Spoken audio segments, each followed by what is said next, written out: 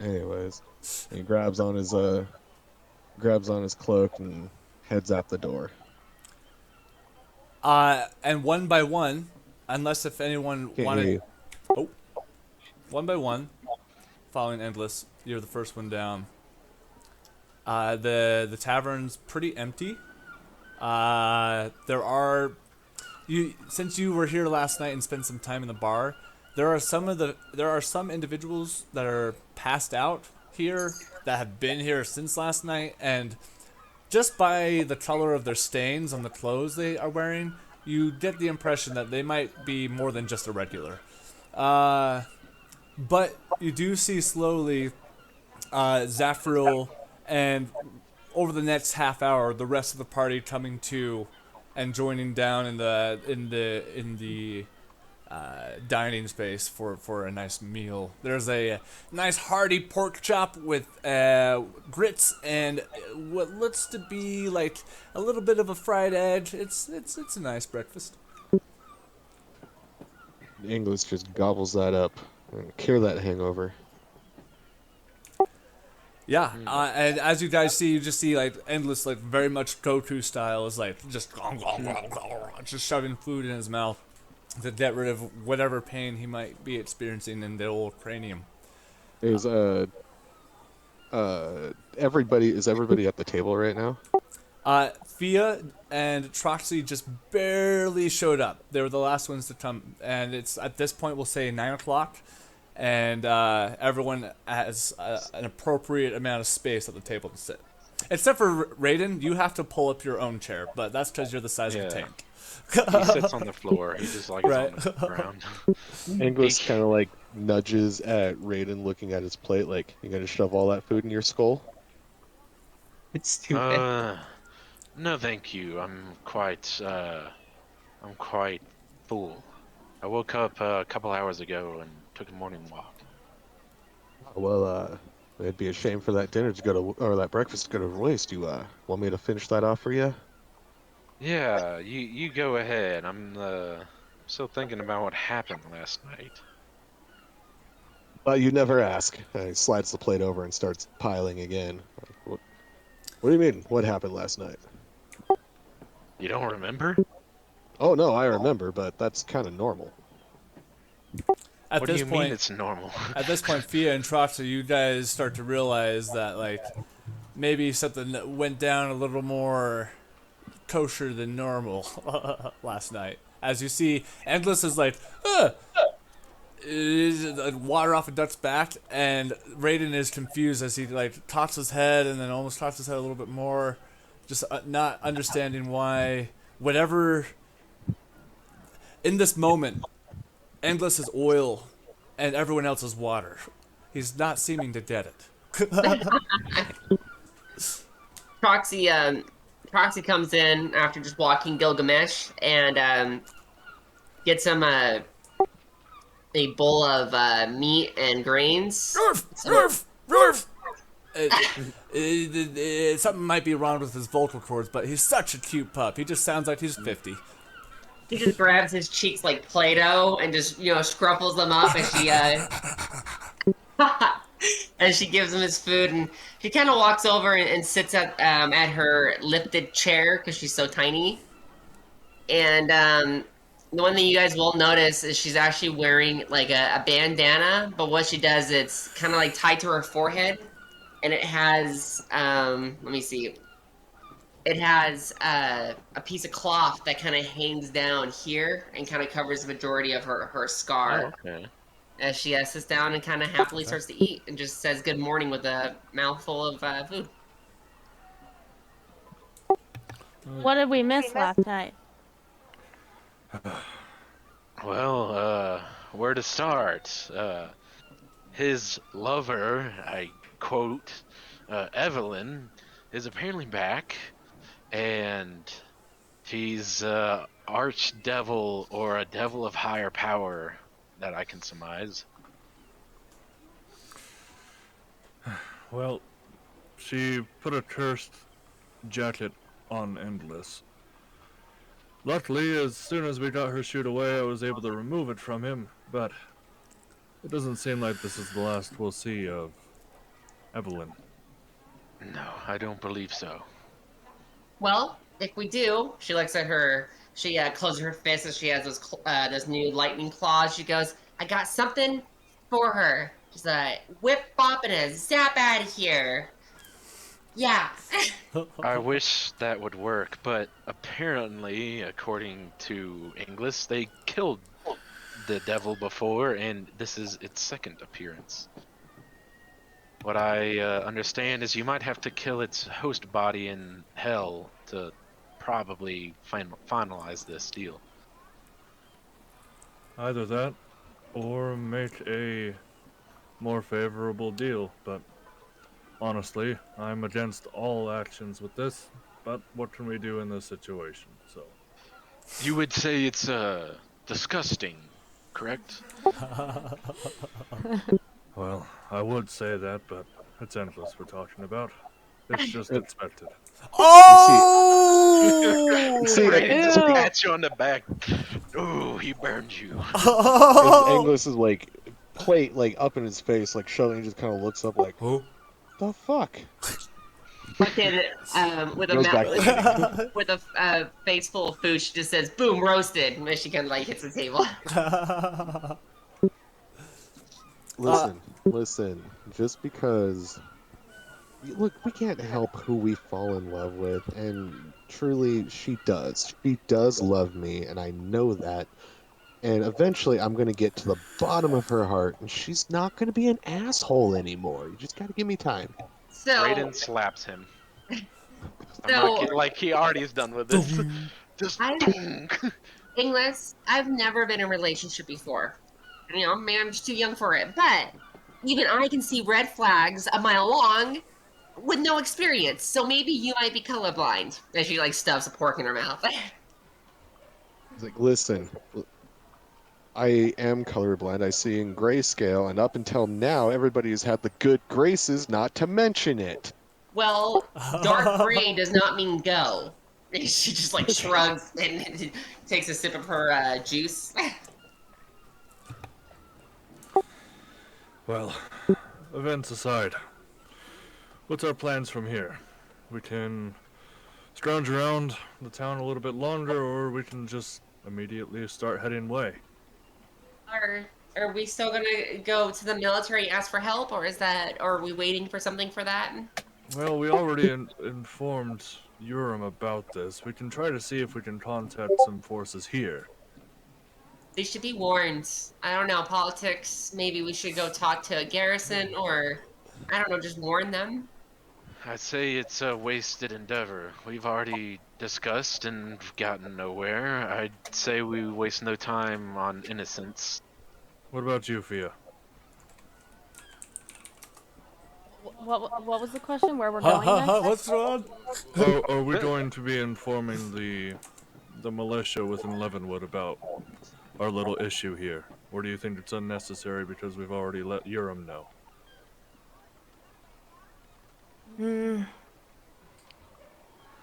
I don't know if it's the militias and the dark guys. No, as in Leavenwood's own personal forces for the army.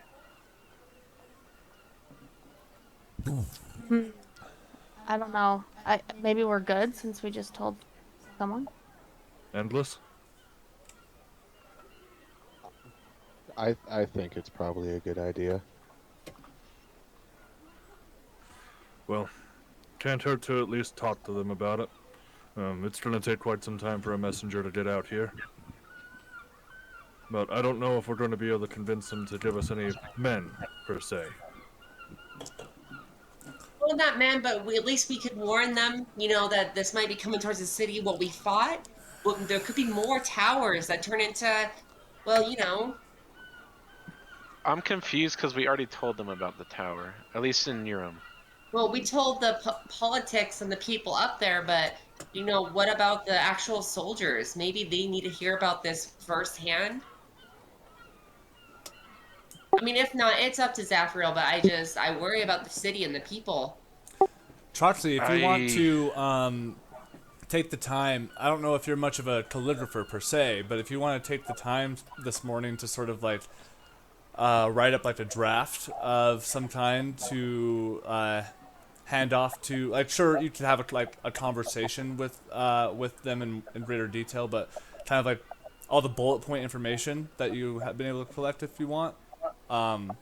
While but you guys do know that there are several sort of like Leavenwood is like a really like critical point within the Empire's like control of the land, because like not only is it like a large like port city, but it's a center of a lot of the trade that's going on, and because of that, especially because of how close it is to the border of the Empire and Cragmal's domain rather, what I'm getting at, there's a large Yurim army presence here within the city. So finding an official is not going to be as difficult to pass some information along, especially if using like other soldiers' credentials like Captain Philip and stuff by name and whatnot. They might be able to respect you more, if you know what I mean, by so you're not just some random person coming up being like, hey, here's some things. That is totally an option. Can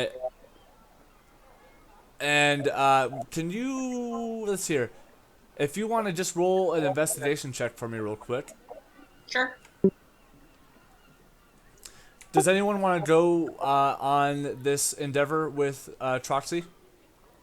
Or did anyone else have like a split the party type plan here, or are we all just going to go as a group? I thought since we teleported here and we don't have much for modes of transportation, I might go to the stable to acquire something so we can head to Winshire. Since we were still kind of like, oh, there's something happening, let's go there. Wait, we already teleported?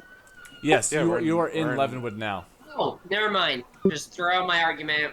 I'll think out the window. Yeah, that's why I was confused as a player, because I was like, we already did all those things. No, you're good. I totally spaced out. It's all good. It's all good. Yeah, it's all good. Let's take a be right back. But yeah, that was my plan. Get some transportation. Proxy will probably just follow wherever Zafriel goes and probably just hang out with Gilgamesh. So we are telling Leavenwood, and because we've already told Yurim, so now we're telling Leavenwood. Is that what we're doing? No, just some confusion. Just scratch that, I think. Oh, okay. Actually, Troxy will actually want to find a medical book. She wants to learn more about surgeries and first aids. And she knows Zafriel's a very busy guy, so whenever he's willing to mentor her, but in the meantime, she actually wants to go find some books that she could buy. Okay, great. That's totally doable. Now, do you want like more of a general practice type of thing, like that, like kind of goes over a smattering of things? Do you want like more like Battlefields, medics. Okay, cool. Make an investigation check. It's possible to find a bunch of. There are a couple vendors you've seen up down this main road that will sell some books, but you also are aware of the library in the middle of town. So. Nat 20, baby. Nat 20? Nice. For a total of what? That's it. Just I 20? got 0 on investigation. Okay. So, you are able to. You end up finding some medical texts that some of these peddlers are sort of swinging around, but it's like more like case studies of a specific patient, and it's not necessarily like too helpful, but you are able to go to the library and you're able to get it's, we'll call it the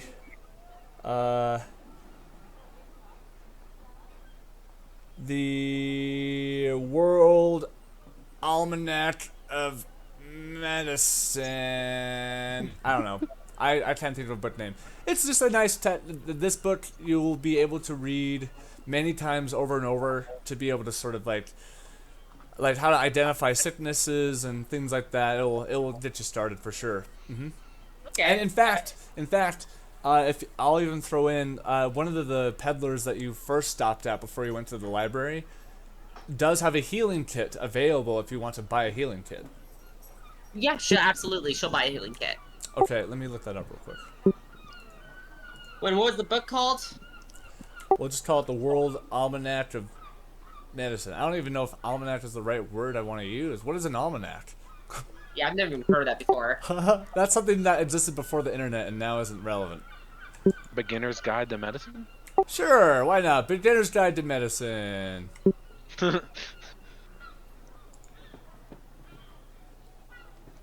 Alright, I just need to look this up real quick.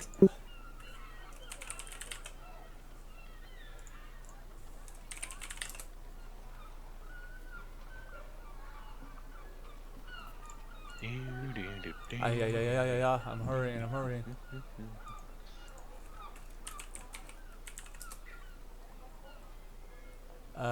Healing kit. Come on now. What's going on here? Show me what I want. Healer's kit. Here we go. So, it is 5 gold. And when this kit itself has 10 uses. Can't hear you. I forgot that voice push talk was on. So, you have a healer's kit. It's 5 Okay. gold. So mark that down that you spent. And this kit has 10 uses. Basically, as an action, you can spend one of the uses of the kit to stabilize a creature that has 0 hit points without needing to make a medicine check. So you can just, bam, I have a healer's kit. You like basically prevent bleeding out or whatever. Like you don't pop them back up, but you don't make it so they roll death saves. So. Oh, okay. Okay. Let's see here. And the rest of the group, Troxy went out to do a little bit of shopping before heading out to Winshire. Did anyone else want to pick up any knickknacks? Yes, I wanted to procure mounts for us to. Oh yes, to that's right. That's right. Finding a mount and finding a wagon and a mount isn't going to be difficult. What might be difficult is getting a nice price. So just roll a persuasion check for me to see how we're doing there. Do you want to buy a whole setup like wagon and all that stuff? He was looking more for like a like a salamander or exotic. He's fancy looking. He's like sure, a horse is fine, but let me see what's odds and bobs they got. Unfortunately, as far as exotic mounts go, you're gonna be hard pressed to find here in Leavenwood. Gotcha. The most exotic thing you'll find is might be a pet. Like there's not a lot as far as mounts go. Here it's mostly just horses and beasts of burden. Quite underwhelming. I'll have to make my own eventually. He'll just go with the regular then. Investigation, right? Just persuasion actually, because it's not going to be a matter of if you can find it. It's going to be how good of a price you can get. 22. 22? Okay. Yeah. 1 second. Sorry, guys. It's all good. All good. It's all good. I'm just getting us some mounts for the journey to Winshire, and then Troxy went and got some medical stuff because she wants to learn medicine. Wow.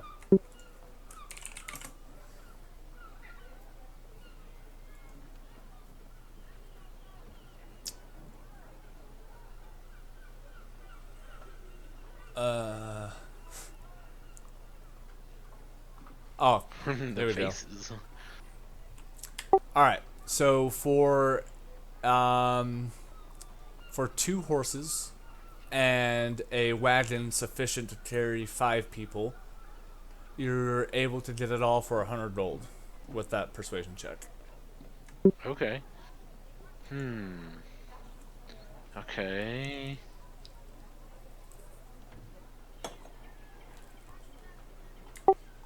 Yeah, 100 gold's fine. If you don't want to spend the money, that's fine. Walking in this case may be faster. The wagon just provides comfort. and oftentimes is a little slower than actually just traveling on feet because of the whole setup and whatnot. So like, it's not necessary, but it's it's up to you. Okay. Yeah, he'll just walk. At least Raiden will. Okay. But if you want to forgo the wagon, you can like I don't know, like Be the wagon. what? Could. Be the wagon. Could for like one person. Yeah, I mean, like you could buy. I mean, with 100 gold, you could instead buy like 4 horses. If you want to just, but like, it's also not necessary. It's more of like how fast you want to get there, sort of thing. Well, yeah, they couldn't carry him anyways. Oh right, because you have a huge metal like suit. almost 1 ton. Like the suit itself is 800 plus his weight and inventory. All right, what will it be then? Raiden will just walk. Yeah, Troxy will, of course. Troxy's all about bearing it up, so it don't matter. Okay. How far away are we from our destination from Leavenwood? So if you pull up the map in Things to Know, I think is where you need to look. You can see. Where's You guys are in Leavenwood, and you guys are aiming for Winshire. There is a direct path through Leavenwood Forest, but you know you'll be going through forest. Who knows what you'll encounter? Or you can go around the forest into Winshire. Those are kind of your 2 options. I say when innocents are at stake, there is no time to waste. I can agree. Right, Gilgamesh? As she like throws him a little piece of dry meat. And he just jumps up in the air and grabs it. He's so flat and fluffy. He just kind of, right, you kind of squish him up and his hair just kind of pops out. Okay then. Zafriel, how attentive have you been while in the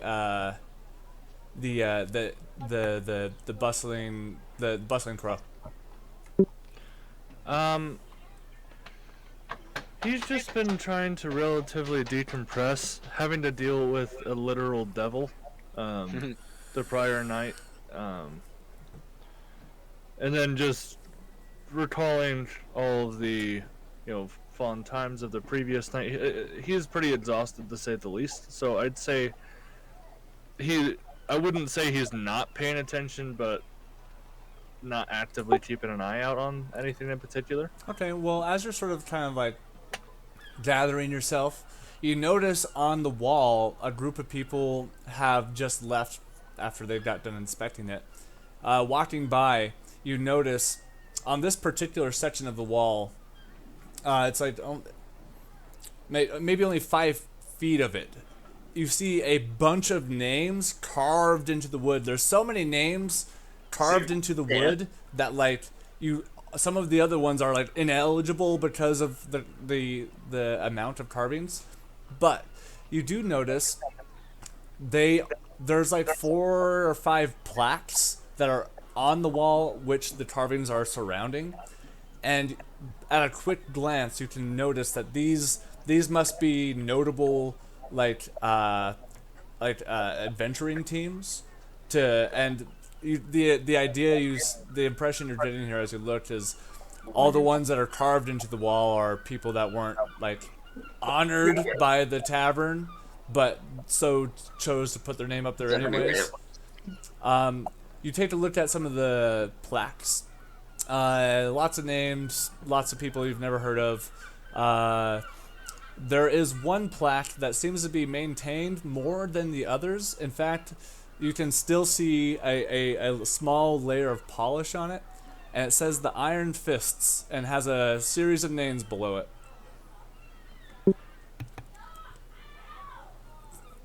Taking a look at the names, Tuck Flamesworn is on that list. Yes, as well as Eric Winterheart, Talia, I don't remember the last name. and Bulin Iron Fist.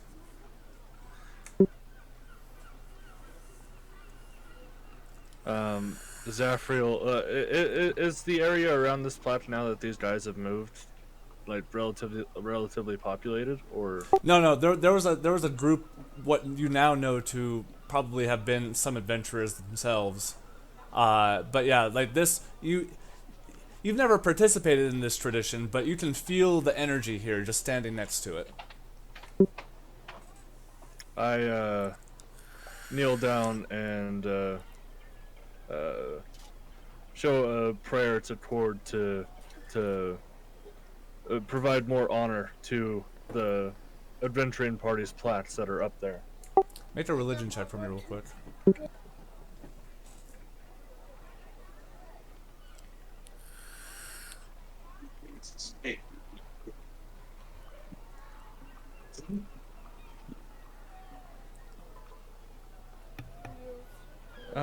That is an 18. 18. You sort of pull out your medallion from underneath your armor and lay it across your chest and sort of hold it. And you, in this moment, you're sort of like overcome by it all because of like what it means and how many people must have sat here and just drunkenly carved their names into the wall next to the plaques. And you say this sort of silent prayer to yourself, and you, without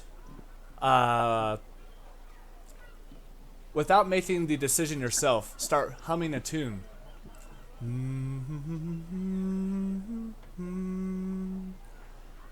And you don't catch yourself until you start to repeat it one more time, and the feeling of Larxine's love is now present in your chest, and for a moment you're able to sort of hold it before it fades just as quickly as it came.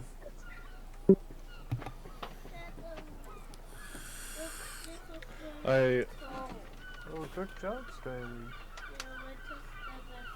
Okay, I'll put it in your present. Okay.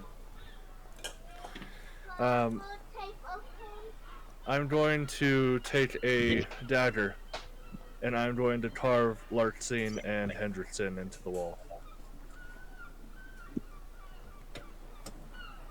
Yeah, I'll give you a fate point for that. Cool. Nice. That's my first one this campaign. Nice. Awesome, awesome. Fia and Endless, you two have kind of been at the table now for maybe 7 minutes. Zafriel's gotten up to walk around. Troxy and Raiden have left. And Fia and Endless, you've kind of reached that moment where, like, you've spent too long not talking to each other, who are still at the table, and it's at this time you notice that Zafriel is carving into the wall as you look over Fia. Zafriel, what are you doing? Well, it seems to me that this wall is honoring adventurers protecting this land, and I thought I would show some honor to those who helped me in my life. What is... Oh, so are you writing your name or other people's names? Oh no, my late wife and Hendrickson. Oh, cute. Fia, hearing him say that, and that cuteness that you picked up, it, like, you know, it makes you feel a little bit of a tinge of emotion deep inside that you haven't felt in a while, and it kind of hurts, but it's nice because people care.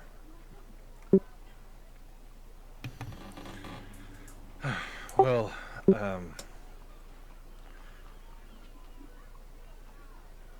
there was something that I gave to you yesterday. I'd like to try again. Specifically, do you have a jar or anything? You gave it to me? Mm-hmm. Well, I mean, you weren't playing last session, but Yeah, what did you give me? I'm going to cast Continual Flame. Okay. So as you see sprawling from Zafriel's fingertips, just this nice orange and red ball of fire that just kind of floats there in his hands. This flame will never go away unless it's dispelled. I figured you might like this. Ooh, I do. My eyes light up as I watch the fire. You watch Zafriel. I won't make you roll an insight. You kind of just picked it up in the moment because of how close it is to her true self. And you watch in her eyes. You think for a moment is just a reflection of the fire itself, but you notice the color and the shape of the eye literally shifts to that of a flame, and it's pretty wild. So, oh, sorry, go ahead. Well, I don't think there's anything else I'd like to do here. I believe they were arranging a ride for us. And with that, you all can take the time to go a little bit further into town.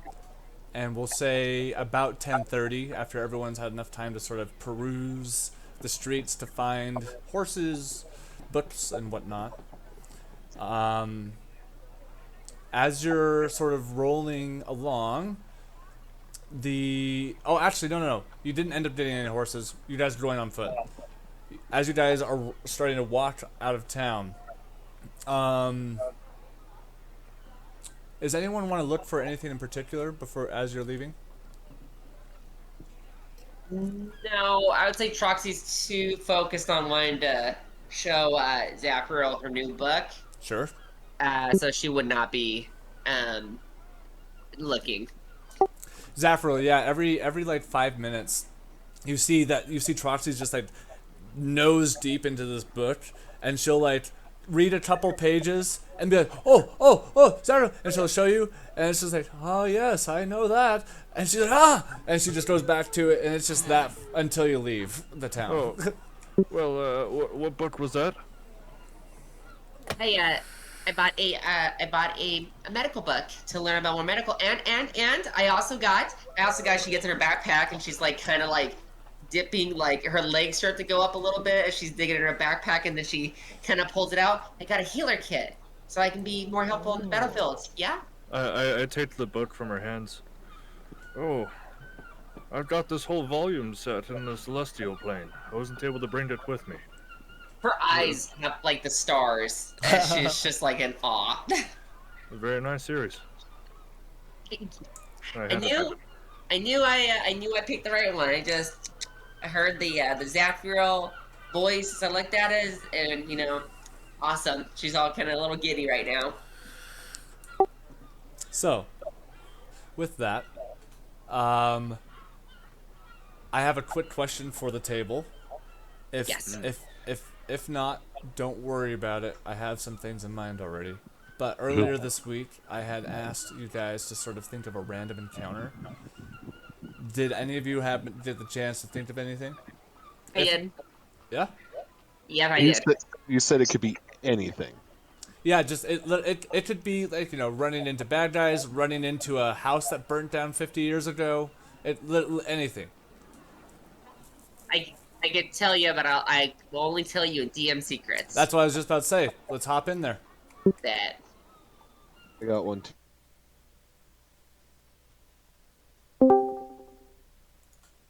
Salutations. Anyway, so I was thinking about maybe like this carnival that has a whole bunch of circus type people that wear they wear the same masks, but they're all painted differently. And the person leading this moving carnival is actually that warlock I made that I was gonna play. Okay. And these are a band of people who are basically like hunting down her church, like her temples, and the people who still worship the god that betrayed her. And it became a form of like a caravan carnival type thing. Okay, I like that. I like that a lot. Yeah, you know the one with the hand swords. Her, that crazy. Yeah, Yeah. Okay, okay, cool. She's Sure. the headmaster of it all. Cool. All right. Yeah, that works for me. Cool. Let's see here. Oh, Well, all the rest of her friends are probably Mormons, so.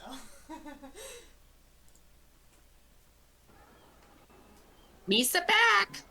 Hello. Noise. It's just Bobbert's turn. Yeah, Bobber, I want to hear what you got. I hope you'll appreciate.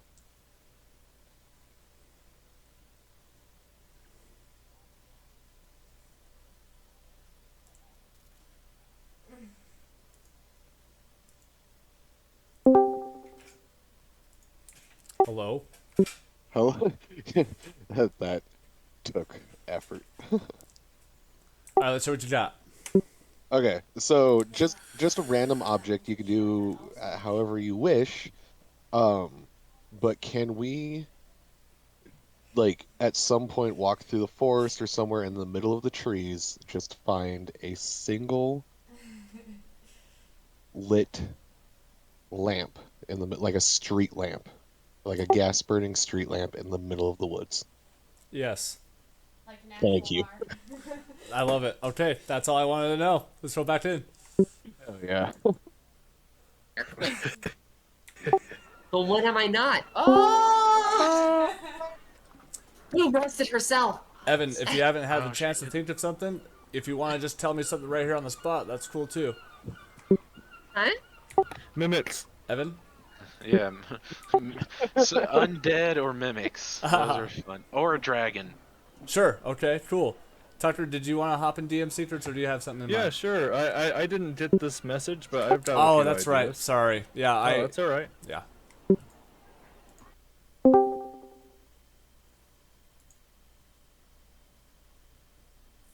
Hello. Hello. Okay, so I know it's not exactly the time or season for it, but haunted houses are very fun to DM. Okay. Go on. The last time I ran one, I had two mimics that chased the party around and separated the group. You were a player in this campaign, but just a old decrepit, like Eddie Murphy haunted mansion style, and with revolving doors and mimics following the party. Okay. Cool. I liked it. I like that. I like that a lot. At the end, there could be like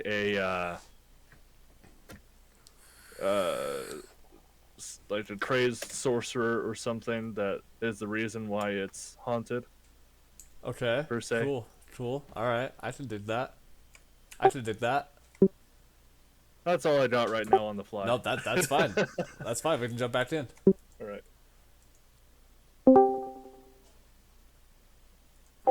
Did you have something in mind? Do you want to come up with something? Welcome back. That's fine.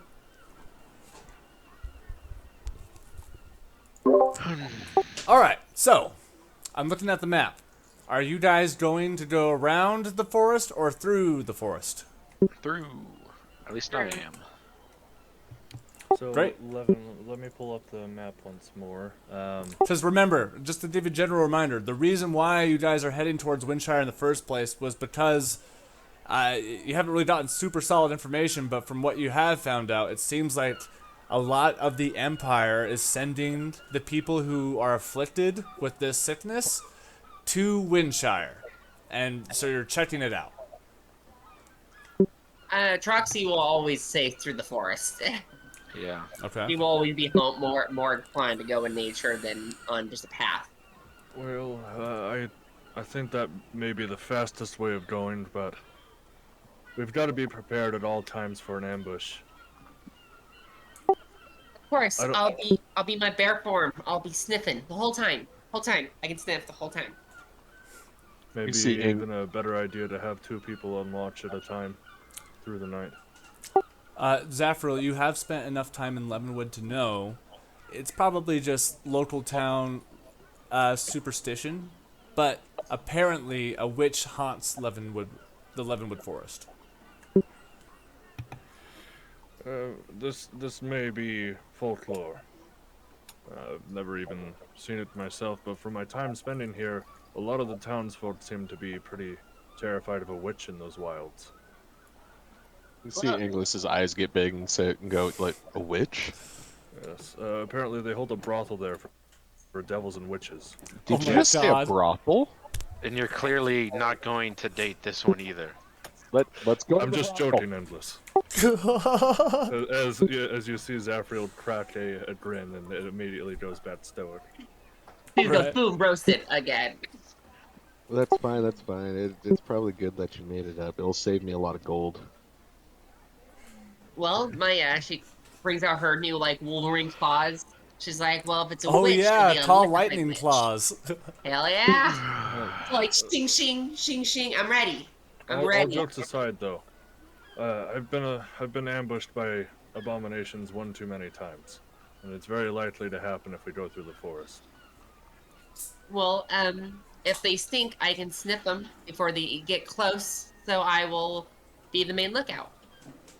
Very You well. see Inglis pull on his mask, and he's just like, I'm ready. I'm ready. I'm not losing my face this time. Fia Never and again. Raiden. Fia and Raiden, you kind of just like, oh, stand to attention. You look over, Zafriel. You know, Fia, you haven't really played into the whole like, oh, Zafriel, whoa. But in this moment, it's like it throws you off for just a second. Even with someone from your background, it's kind of like, oh, yeah, there's the leader of the group. Raiden's just busy tinkering with his armor, and when you call his name, he kind of like messes up something, and just like a little rocket just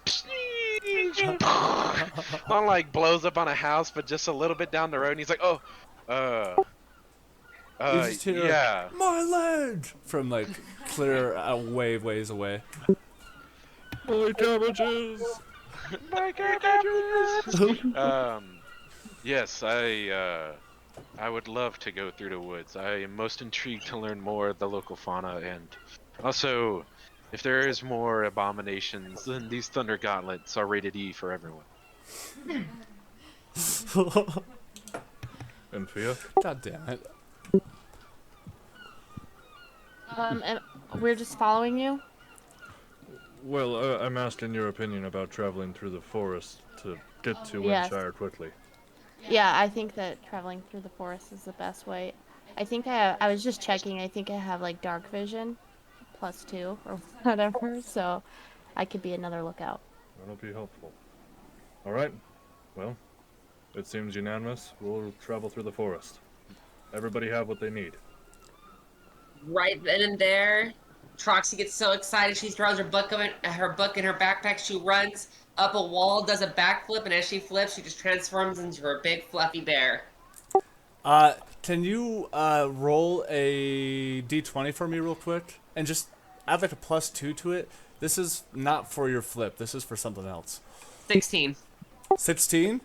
14 plus 2. You watch as Gilgamesh, not really sure what's going on, but he's just excited that you're just now running. He's like, oh, we're running. And as you jump to do like your little flip transformation, he also tries to flip, but like is a dog and like kind of does that flail thing halfway through and just kind of plops onto the ground. Borf!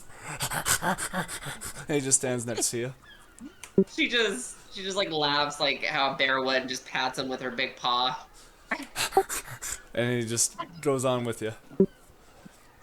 So, I would like, since Troxy is keeping an eye out while you guys are making your first leg of this journey through the forest, please make a perception check. Perception of the sniffing of the sniffer. With advantage, I believe, if I'm right. I can't remember. It would be in bear form to get an advantage on smelling perspective and hearing. That would be a 13, my good sir. Holy shit, I got a 13 too, but we're only second one. As Got a you- 15, so that would be 20 on perception. cool. Dirty 20. Noise. Making your way through the forest. Let's see here. Let's get some travel music playing. I think, Evan. I gotcha. Making my way downtown, walking fast. Well, it was gonna be a surprise, but Oh my god. Stupid. God damn it.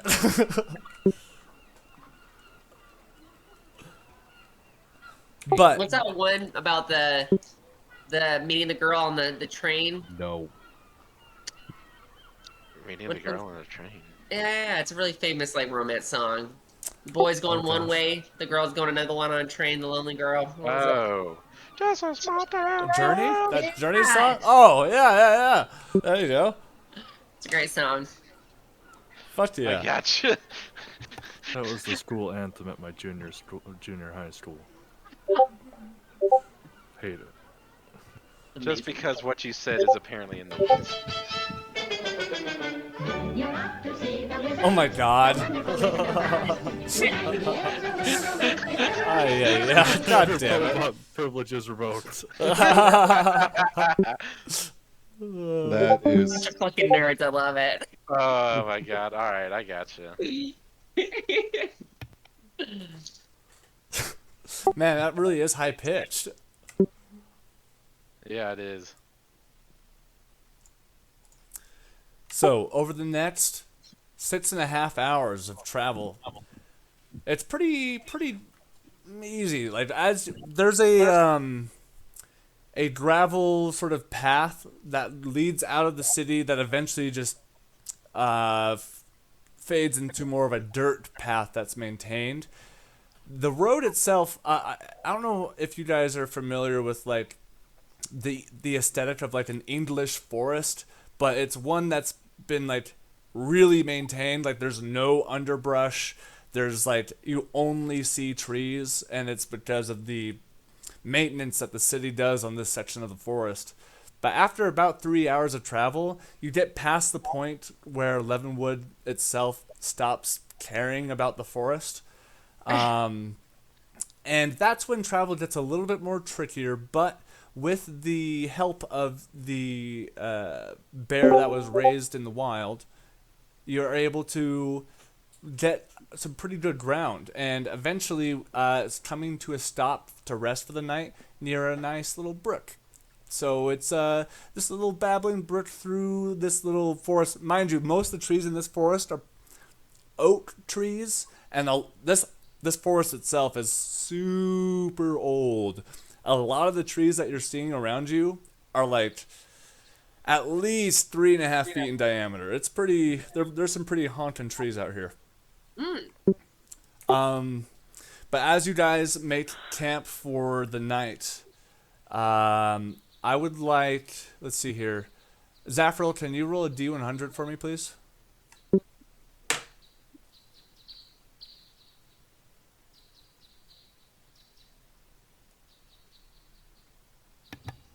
That would be 1.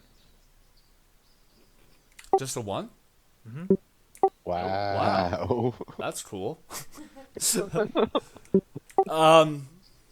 Okay, well, as you guys are setting down for camp, you notice that rain starts to come in a little bit and begins to rain. And you can see that the rain falls down into the brick, and you can see that it's raining. But because of how thick the trees are here, it's like every 30 seconds or so you might get a drip or a drop on your shoulder. But because of the leaves above you, it's like almost like a natural umbrella, if you will. Really? Okay. Okay. Okay. Go ahead. No, go for it. Are you sure? Okay, sorry. Troxy is going to teach Gilgamesh how to hunt, and they're both going to go catch themselves some dinner. Okay, go ahead. Well, I would say training and going for a hunt would probably be 2 different activities because of the. Well, I mean, she's going to lead the hunt, but she's like teaching by example. Gotcha. Cool. Go ahead and roll an animal handling check. Okay. Because she's doing it in bear form, so she's like showing him how she hunts. Okay. Have you always had this familiar or whatever he is, or is he recent? He's recent. I just got him the other day. I bought a mastiff, like one of those like bear, like he'll be as big as a bear, but he's like one of those big fluffy dark red mastiffs named Gilgamesh. Just a pup right now, That's though. great. He's just a pup right now. He'll be my mount one day. Only 40 pounds. I Anyway, was gonna say he's bigger than you. right. yeah, he's like my bear is as big as he is right now, basically, but super strong. It doesn't make sense, but it's magic. D&D. Magic. I got hey, I got 11 plus 2 is a 13 on animal handling. 13.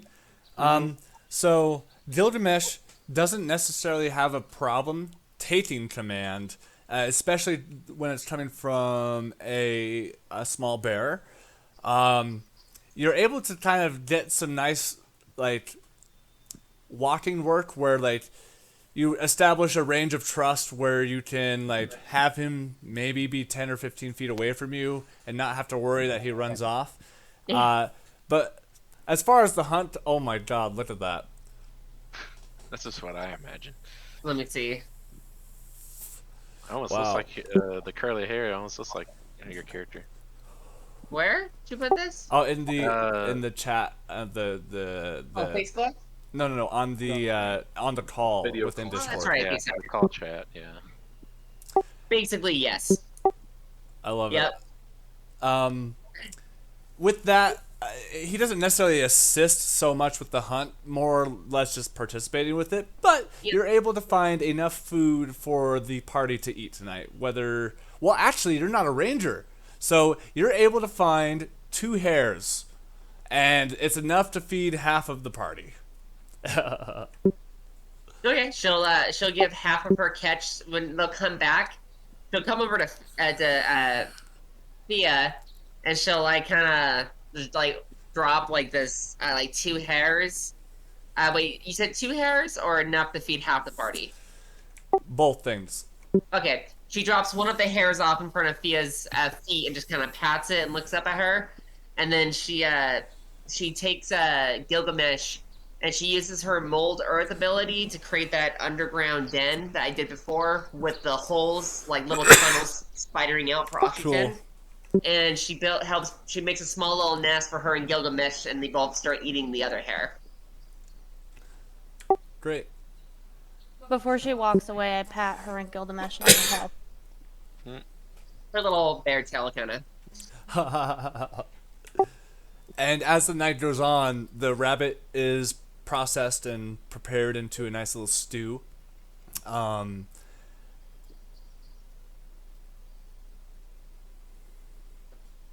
This forest is pretty quiet. And, and it isn't until about the sun going down that you start to realize why people might think this forest is a little spoopy. For example, there are a lot of branches that don't necessarily have leaves on them that are like those like the trees almost from Snow White that look like little hands, but they're just branches. And like the feel of the shadows that are giving the trees now in this moment as the sun's going down, it's very sort of like, ooh, I'm glad I am not just a normal farmer, because this might be a little bit of a sitch. But as far as the night goes, it's pretty uneventful. And if there is any conversations that'd like to be had, please speak now, or we will continue traveling. I'd like one of the watches to have Troxy and myself, if that's Sure. all right with you. Yeah, that's fine. Proxy, when Gilgamesh is passed out, she opens up the ground to her burrow and she walks out and then closes the ground behind her. That is Cool. so interesting. I don't have the ability to form the earth. It's like Play-Doh. Play-Doh, is that a thing? It's like clay. But like for kids, I don't know how to put it. That's how I see it in my head. And, yeah. How are things going? As I use a prayer bead to heal her wounds to apply to her eye. Oh, and she gets a little shy about it because she still struggles a little bit with it. She just takes the bandana off to show the melted burnt flesh and her deformed eye with the whiteness. And again, sometimes it hurts, sometimes it doesn't. But I mean, I'm okay. She just kind of tries to hide it with a smile. Oh, what about your mental state? It's okay. I I know that this kind of life is not all rainbows and sunshine. You know, we're killing things and things are trying to kill us. Uh, definitely was. I think I'm good. I think I'm good. I just I guess still just kind of hard to see my reflection and get used to that. But I'm still happy to be here. Well, I'm glad to hear it. I can honestly tell you I'm a bit nervous. Well, at least that makes you well, you're not human, kind of a higher being. But hey, you know what? I would be a little scared if you were a leader and you weren't nervous because then I would feel like a coward. So you know, it all evens out. It's gonna be okay. Well, once all of this is over and done with, and this plane is rid of all those abominations, I'd like to take the group to the celestial plane to show you my home. Her eyes kind of widen because for her, that she in her head that means she might be able to get to see her mama bear again if that's where mama bear could be. But she goes, I would love that. That would be that would be such a sight. It's very different from here, but you know, days like yesterday just kind of remind me how good my life was while I was there. It wasn't until I came here where tragedy struck, but that's. I think that's a fair enough reason that I'm in the right place right now. I don't have a personal. I don't know. I don't. I see all those temples for these stories. I don't know much about them or all the other things, but I think how did Mama Bear put it?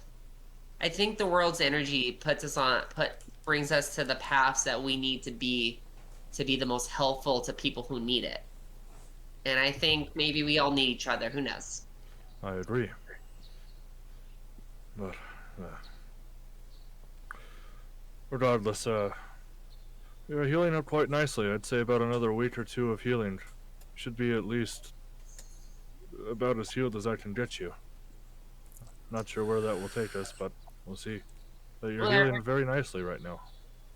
yeah, it's not too shabby. It could have been the whole left side of my face, but hey, you know, I mean, Zephyr, it only it gives English. Well, English is just not the most beautiful person, as she kind of kind of like flaps her eyes, kind of do like that movie star flap. I guess I'd give him a little bit of an edge. She kind of starts laughing.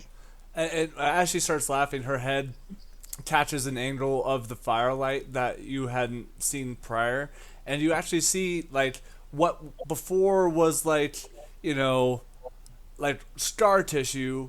You see follicles have now been like manifested on top of this injury, and little spurts of fur kind of growing out. It's like it's not even like super noticeable, but you can see that the healing and the work that you're putting into it is going to be worth it. Well, I'm going to head off to bed. Can you finish the watch? Oh, absolutely, Furious Leader. You need a rest? I got this. She does like the finger guns. And as you finish the watch rather, it you start to feel more confident in yourself, knowing that like you don't have to hit such a incredibly high bar of not being feared, knowing that even Zafriel may be a little nervous. Yeah. And with that, it sort of like brews a lot of nice settling feelings as you finish out the watch and start to see. You see Raiden at this point has joined you because he no longer needs to sleep. As you guys kind of watch the sun come up through the trees, and eventually you start to hear the morning birds as they call out and chirp and sing to their lovers. You know, Troxy, sometimes I wish everyone in the world could just get along. But the cycles of pain I guess forbid that, as one injustice does beg another. You know, maybe their world's just not perfect and nobody's perfect. And maybe our decisions make it miserable here for each other. And I guess what matters at that time is trying to find the happiness in it. Also, she kind of like sniffs a little bit. You smell like nothing. I've noticed that lately. Like, she kind of like pokes at your armor with her finger, since she's just a halfling form right now. Uh, like, can you breathe okay in there? And like, are you bathing? Cause I don't know. Like, I mean, I've been reading some things medically, and I'm a little worried about maybe your skin and muscles. I mean, are you okay in there? You hear Inglis chime in from like a hammock that Jeffrey has built for him. That just you hear a voice just kind of come off from the distance from Inglis saying, "Don't worry, we scrub him down to the bone." You watch You're as the awake? hammock sort of like tips back and forth to signify the lungs moving in his chest, and it kind of goes back to a slow rest as he goes back to sleep. He's just half awake. She looks at Raiden and goes, "Does he make fun of you a lot?"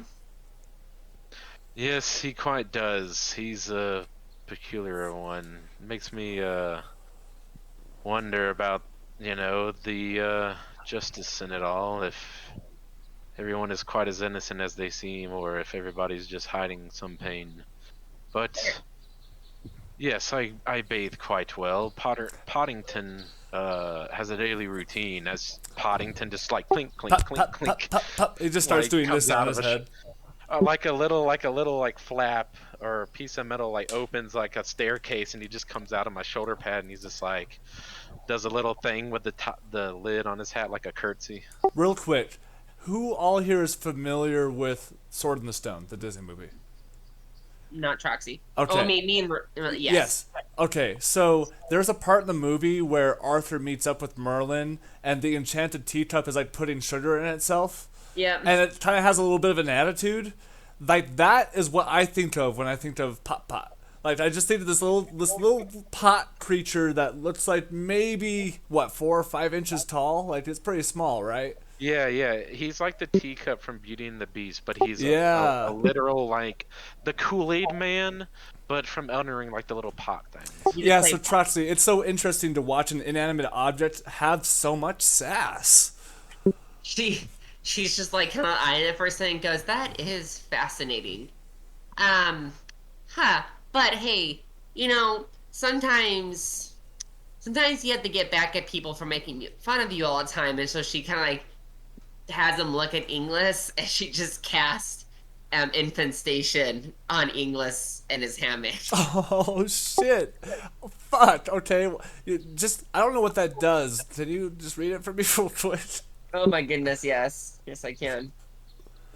Such a great spell. Do you just, like, become Shino and summon insects in a spot? Is that what it is, or what? Yeah, that's basically what it is. Let me see here. Oh, I don't have it. Never mind. I thought I had that ability.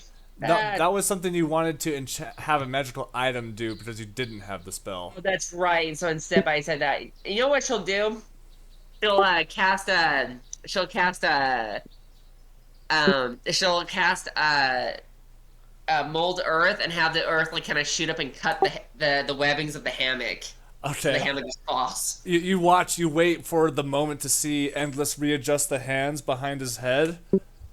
And with that, the feet also switch side to side, and right as the ankles click, you just suddenly, Endless, you just hear, and before you're like, huh? You just watch as like 2 spears of earth just kind of pierce out of the ground like something vile threw it up, and thunk, it just barely cut the webbing, and it just, you fall right on your tailbone and take 3 points of ouchie damage. Can I have Jeffrey catch me? Yes. You know what?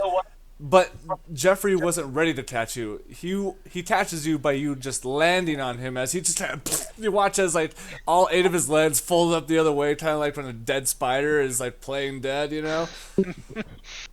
Raiden just is laughing at this point. Doesn't this life and Inglis doesn't even like he doesn't even wake from this. He like rolls over and like holds on to one of Jeffrey's legs and kind of snuggles up. I will be right back. I gotta put my kids to bed, so I might be about 10-15 minutes. It's okay. okay? Role play or something. I don't know. It You shows know, go for it. you go ahead. You know, that was quite funny, but when people call you a monster or a freak, you don't usually want to act on that and prove them right. She kind of like chuckles and goes, "Oh no, I wasn't trying to prove him right. If I wanted to do that, I would have casted Moonbeam on him. But no." She pats you on the shoulder and goes, you should get back at him once in a while." She does her finger guns again as she transforms into a bear as she goes back to her spot as the earth opens up and she goes into her nest and closes the earth, cuddling up with Gilgamesh. Raiden says, "You know, why not?" As he casts magic missile on Inglis. So Endless, you just get patted on the back and you're just trying to snuggle up to your 8-legged furry friend, and as you kind of like find that position, all of a sudden you just feel thunk, thunk, thunk, thunk. You just like 3 magic missiles fly anime missile style through the trees and thunk, thunk, thunk, thunk. This is kind of how it goes. The right shoulder opens and just these little like non-lethal damage. He switches it out with rubber rockets, like 3 I of them love launch it. out like a silo, and just Cool. Yep, hot boy. You see, like Inglis, this definitely wakes him up, and you see him. He like jumps up and like that like SpongeBob meme where he's like, Yeah. "What was that?" It must have been Evelyn. Oh man, see, I told you she loved me. She's coming. She's coming. She's coming. Dude, you wait. I'll win her over. Thea, with all this ruckus, you're now awake. It seems like everyone in the camp wants to throw a dance party at 7:30 in the morning. As you wake up, you feel the ground I'm sure you're like in like a sleeping pad with your own little pitched tent that you have, and you notice that like you've once again ruined a sleeping bag in your sleep because like a lot of the fur or cotton rather material that's inside of the sleeping bag is now singed from your body, just burning it as you slept. Flame on over here. I need a fireproof blanket. As she holds out her sleeping bag, you guys can smell a waft of burnt material as you just see kind of a charred inside bag. It looks like a microwavable burrito gone bad. Hey man, bring it up to Raiden. He's all down for wacky things. know- Go for it. Jeffrey's webs are pretty strong. We could try a web sleeping bag if you'd like. Just as a player, I'm pretty sure webs are flammable. Yeah, very flammable. Yeah, that's like, here's oil. Yeah. We just see Fia's tent. Fine. It's fine. Raiden will spend the rest of the time he's awake, stoking the fire and making breakfast for everyone. Cool. What do you make? What's around? I guess. Like, what would he find? Well, the party does have some rations on them, mostly mammoth meat and like mammoth meat products. But if you want a different protein source, you'd have to like scavenge. But like, if you wanted to like make a nice light breakfast, you could probably find a handful of berries and things for like a salad type deal if you made a high enough survival check. Using his alchemist jug, he pours coffee. He also pours egg yolks and makes egg and omelets with berries around. Hey, great. That's fantastic. Hey, roll a nature check for me real quick for the berries. Sure. Love to see like Raiden like scaling a tree trying to get like a bird's eggs for her breakfast. That's a 6. A 6? You end up finding a bunch of green berries that are like dotted with like red, like little circles. It's pretty trippy looking. They look good. You try it. Tastes pretty good. And you know what? Because you're not totally unaware of dangerous things.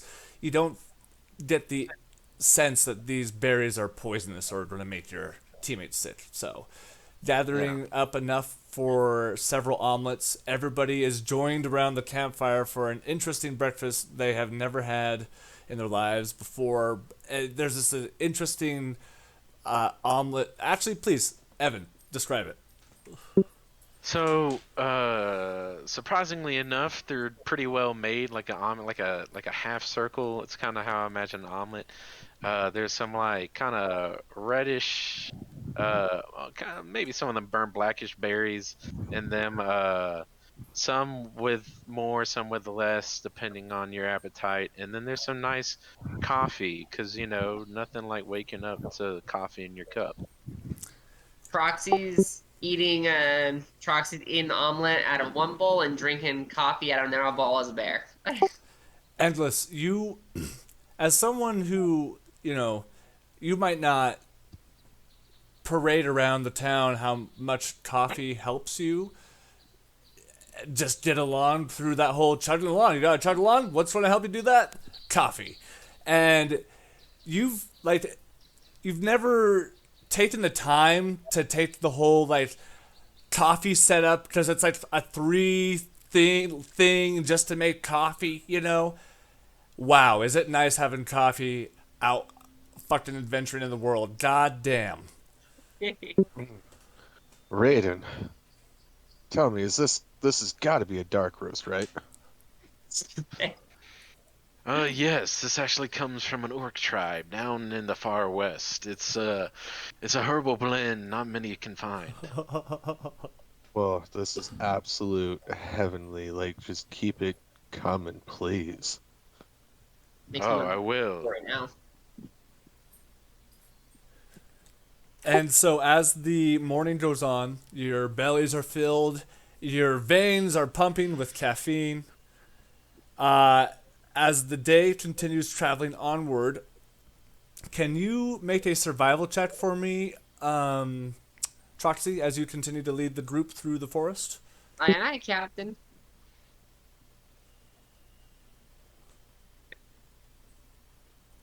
It's 11 plus 5, 16. 16? Great, yeah, the DC was 13. Especially with your background, it's not super high of a DC. I will say, let me take a look at the map real quick.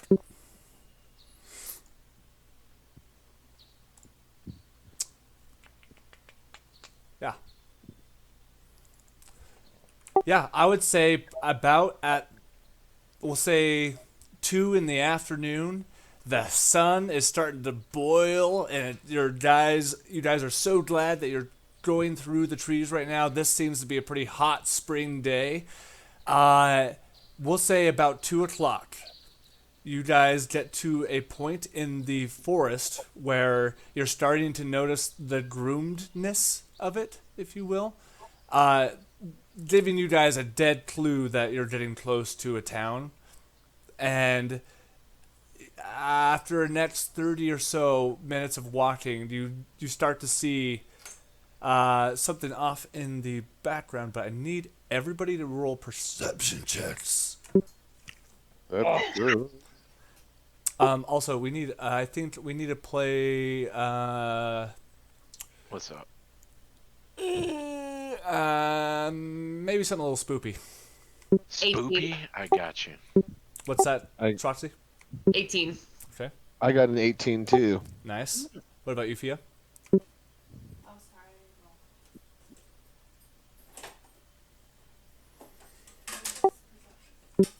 What's that? Perception.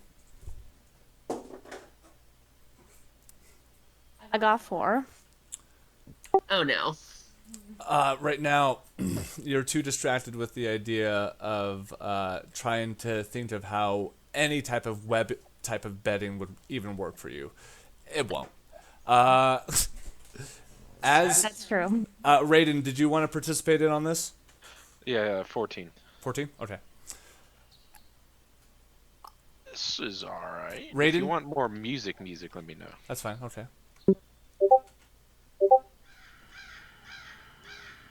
Oh, that's fine. Great. So, you guys, Raiden, Muted. as you guys look out, Raiden, you're the first to notice that there seems to be, like, you guys got probably 20 or so more yards of forest before, like, you're just now walking into open ground. Outside of the forest line, you see a... Neither of you are familiar with this area. You see a large constructed wooden sort of like barrier wall that stands about 15 feet tall. Raiden, as you point this out to the rest of the group, Troxy and Endless, as you sort of take a peek in, Endless, first of all, you realize that, like, well, this is strange. Winshire never had a wall around it. The last time you were here, it didn't have a wall around it. As you both take a closer look, you can see that the way the wall... How do I put this? The symmetricalness, the symmetry of the wall itself is so perfect that it would make you think magic of some ability was involved in the construction of this wall. As you get a little closer, you get to the point where you're now at the tree line, and there's, let's say, like 60 or so, 80 feet, where you'll be up against the wall. The part of the forest you're coming out of, you notice you don't see any entrances, but you're sure if along this wall somewhere there must be a way in. But at the moment, a large cloud has moved over the sun and has sort of blotted out the sky momentarily, and you kind of have that sort of like overcast lighting as you all get a little bit closer out of the tree line. What do y'all want to do? What did my 18 pick up? Both of you noticed like that the wall itself, it looks too perfect to just have been made by people. You said Raiden in English, so Right. Oh no, sorry. Raiden sorry. had initially noticed it, but because you two rolled higher, that's when I put in the further detail. Gotcha. Okay, sorry. Sorry, my bad. She no, she'll stay in bear form so she can keep a smell for abomination. So she'll let English answer. Okay. So, if my memory serves me correctly, this wasn't here before, and I'm not quite so sure this was, what's the word I'm looking for? Built, if you catch my drift. Yeah, she kind of does like an inquisitive roar, and she kind of like just sits down and looks at you. Intriguing. Endless, as you have that word come out of your mouth, you take a closer look at the wall. I mean, again, you're still like 80 feet away from it, so it's hard to pick up a lot of detail. But the wall itself looks like it's constructed of like, symmetrical looking pieces of cobblestone and like oak logs of some kind. He's like, this is way too perfect, and at that moment, Angus leans down, picks up a rock, and just yeets it at the wall. You sort of, it's like 80 feet away, but you got a heck of an arm, and it just flies through the air, and as it hits the wall, it makes like sort of like a boom effect, like as if it's water, but and then the rock itself then falls off the ground and bounces off the wall. The wall is there.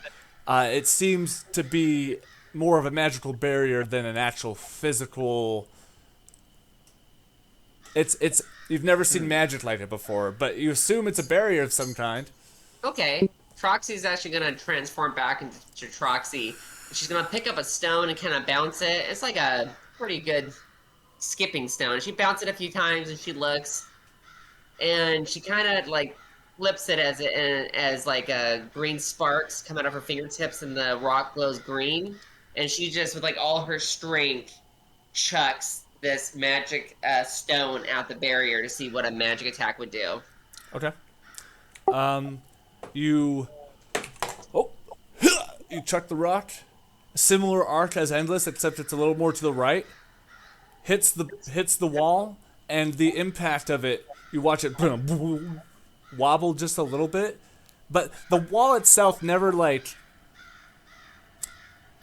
actually becomes deformed. You know, it's like as if you touched like an iPad surface that reacted to your fingertip. If that makes sense. And the rock, just like before, bounces off, and eventually, over a moment or two, the wall goes back to the normal. I don't trust this wall. I don't I'm trust this going wall in for a second. closer observation. Jeffrey, be in attack mode, please. Jeffrey Raiden just kind walks of drops closer. an inch lower to the ground. She'll tell Gilgamesh to stay back. Okay. Does anyone else want to join Raiden?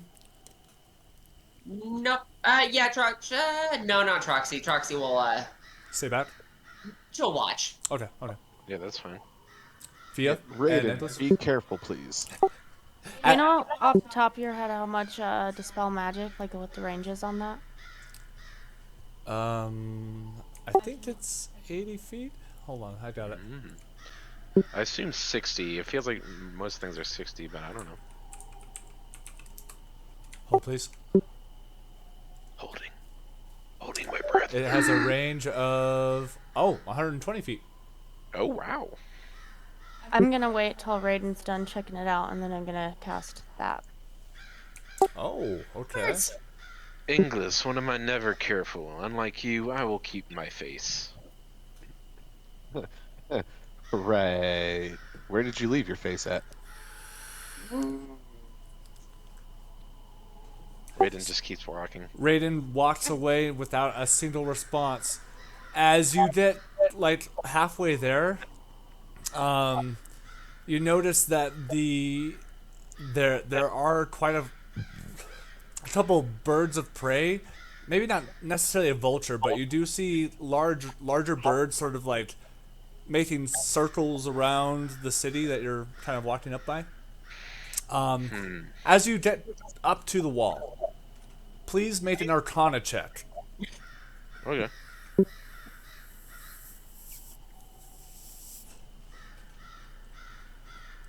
Terrible roll. 4 plus 5, 9.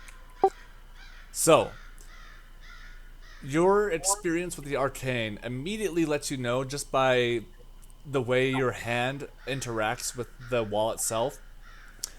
The wall, although it looks like it's made of wood and cobblestone, this is merely for aesthetic. It could look like anything, really. Yeah. And as you kind of like do your best to sort of ascertain rather, like the level, the purpose of it, obviously it's meant to be kept, it's meant to keep things in, and it doesn't look like most things can penetrate it, just at least as far as your hand and rocks go. It does feel like pretty powerful magic, though. Just by checking it out, you can feel like there's like a high buzz to it. He puts his thunder gauntlet against it to just lightning on it, just to see if it does much. Your gauntlet will kind of zzz, you watch as sparks of electricity climb a couple inches.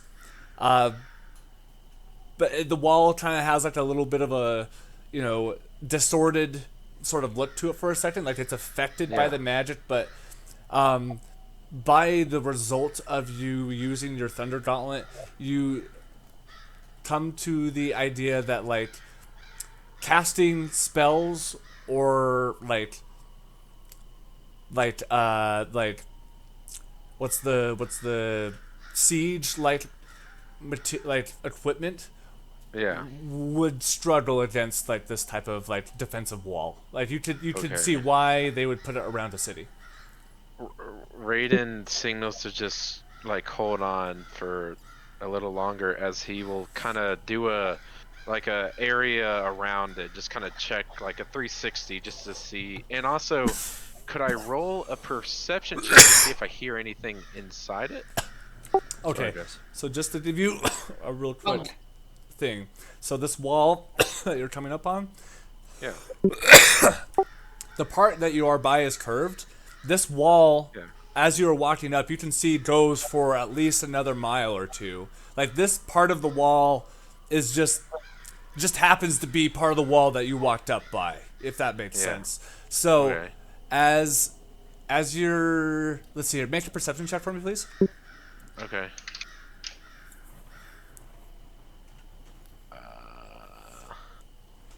23.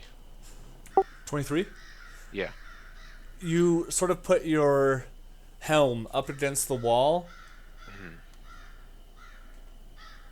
You can hear the sounds of pain from the other side of the wall. It's like with a 23, you're barely able to pick it up with a 23. You can hear Yeah. people suffering on the other side.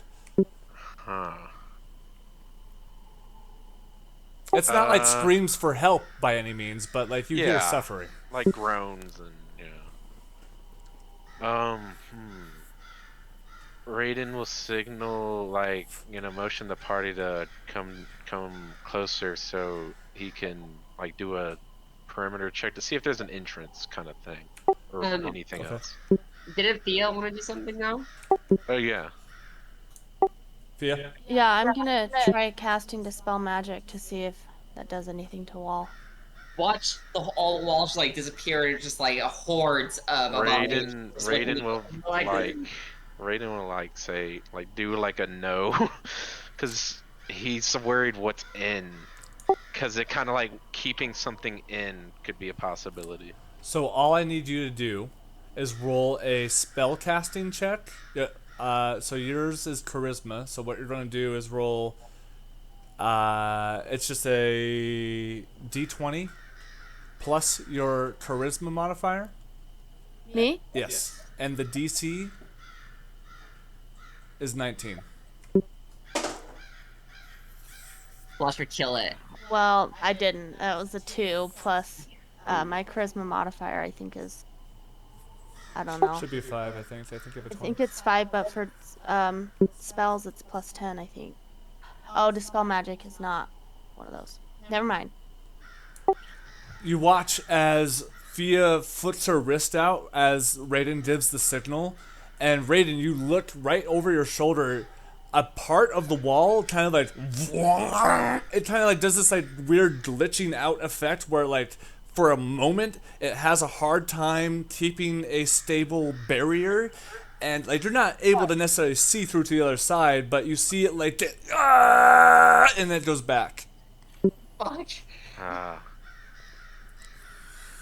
Oh, you have the wand of sending. We should try that out eventually. But as Raiden gives the signal, do you all come in for the wall? Endless. Can you catch me up Yes. just a little bit here? Right as you're like about to go, you're like, all right, Zafriel, come on, and you just see he's been in this like trance-like state of prayer that you find him to be in time and time again. As he like comes to, do you want to fill him in? So, well, I don't know where you went there, but there's a wall here now when there wasn't a wall here, and I don't think it's a wall. We threw stuff at it, and it like jiggled like Jello. There's a huge 15-foot wall surrounding Winshire that was not there prior, and this is new to everyone who didn't know that was a wall. I mean, was a wall there. Has a force field around it, or what we is supposed to be. Okay. There's a magical barrier around the city, but it's taken the shape of like a cobblestone defensive wall with like oak logs every once in a while. You know what I mean? Does that make sense? Like it's a magical barrier that is in the image of okay. a cobblestone wall. Does that make sense? Makes sense to me now, yes. Proxy's gonna walk over to Raiden and just like throw me. She gets into like a squatting position as she like looks up at you, Raiden. I'm not sure if this is the best course of action, but might as well. Just be careful. I don't know if this is meant to keep something out or keep something in. Give me just one moment. Right as you say that, whoo! Athletics check. Like what? Oh. Athletics. That'd be a 13. Okay, Raiden, can you also make an athletics check for me, please? Okay, I rolled a 14. So, you're able to, we'll say you're able to fly like 20 feet up in the air before you start to lose the momentum. But you realize you're anticipating like flying over this wall, but what ends up happening is you like basically kind of like, you go up in an arc, and then at the very top of your arc, you hit a force. And you look down and you see there are like this section of the on the other side of the wall. There's like maybe 60 tents. A lot of them are like smeared in blood towards the bottom of them, and there's like you wish you didn't get thrown up because of the citizens you see before you are like in such an awful state of sickness that like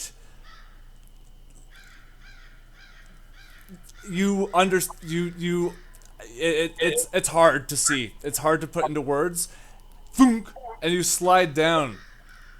It's like this sort of like a dome almost. And eventually the dome shape comes into the image of the wall that's there. If you will, there's a dome over the city.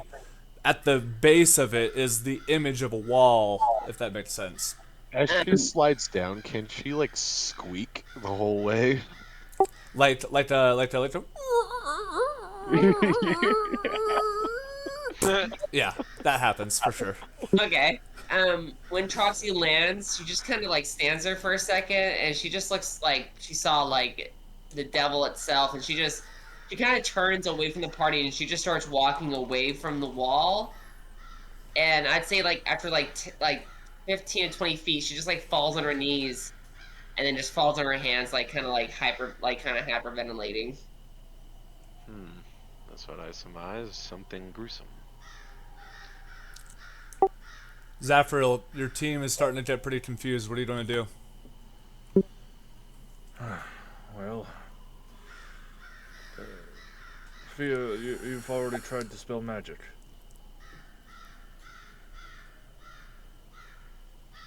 He's talking to you. Let's see here. Let's see if I have anything within my arsenal to help here. Yes, I An did insight try to check? spell magic, but it failed. So I could probably try it again. That's when Troxy will scream, do not mess with the wall," as she's still like kind of far away on her hands and knees. I agree with the small one. Did you forget what they said might be happening up here? An outbreak of some sort. If this is a contagious disease, opening that bubble might be the worst cause. Insight check? On who? The wall? Did you say insight check? Yeah. What are you trying to Vibe glean? check. Figure out more about the wall. Make an arcana check instead.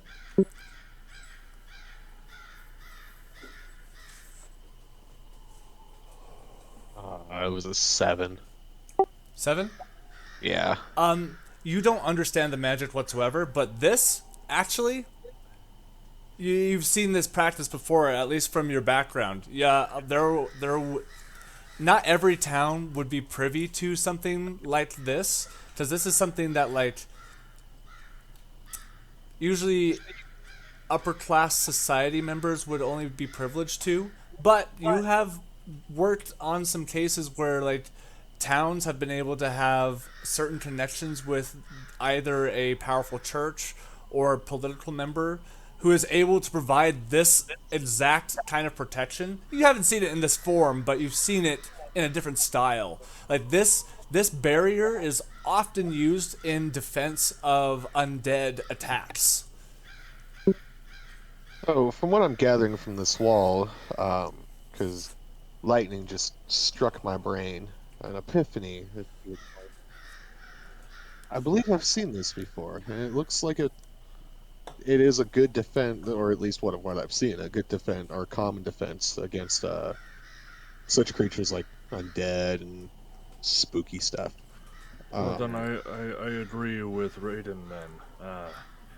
I think our best course of action from here is to round the perimeter. That's what I was suggesting to do. I agree with that course of action. All right, I will let 2 people make perception checks as you guys make your way around the wall and try and find a way in. I'll probably be leading the charge, so I will roll perception. Okay. I Who wants would to like take to second as point? well. Okay. Zafril and Raiden, go ahead and roll some perception. Troxy hasn't moved from her position. She's so freaked out by what she saw. Fia, you 23. 23 and 10. 10. Okay. Before we get to that, as the group starts to walk off, Fia, you do notice that you were anticipating Troxy to stand up, but you have gotten to the point where you weren't going to walk any further without saying something. You see Troxy still leaning there in the tall grass. What did you see, Troxy? Face is just pale, and there's actually tears kind of like dropping out of her eyes. And she's like, "Those poor people. I have never seen anything like that. That is a defile against nature. There's a sickness. And we cannot open. They're all gonna die." That's all she kind of just says. You Wow. might be reading into this a bit too much. We are experts when it comes to this stuff. You say this about 25 feet away from her as you've kind of walked off and realized that Fia stopped to turn around. Do we have a way of protection if we go in there so we don't get what disease they have? I halt the charge and pace back a bit. Is everything okay over here? Troxy's pretty alarmed by what she saw. It seems like whatever they have going on in there, it's deadly. And so if we go in, we probably need some sort of protection. I have some means of protection, but I can really only affect one person at a time with it. I do not need it. The armor will protect me fine. My plan here is not to just charge in without a plan. We need to at least search the perimeter, see if there's anyone from Yurim that's channeling this force field. Troxy will stand up and just try to take a breath to calm herself. Do you want me to roll for that or no? Do you think Troxy is in a state where I should make her roll? Yeah. Go ahead and make a wisdom save.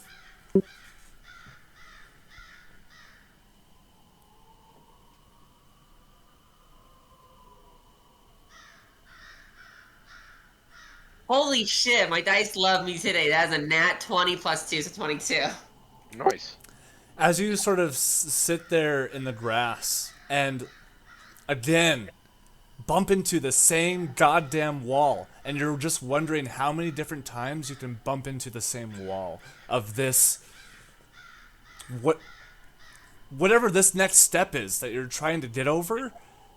You don't have the means yet, and it's so frustrating. And you see, but as Zafriel begins to sort of lay out some sort of an idea of a plan, or really it could have been anything, it grounds you enough in the moment, and you look over and you're able to see the rest of the fellowship stand by you, and you feel the waves of empathetic confidence spewing off of them, coming towards you like a lightning rod in a storm.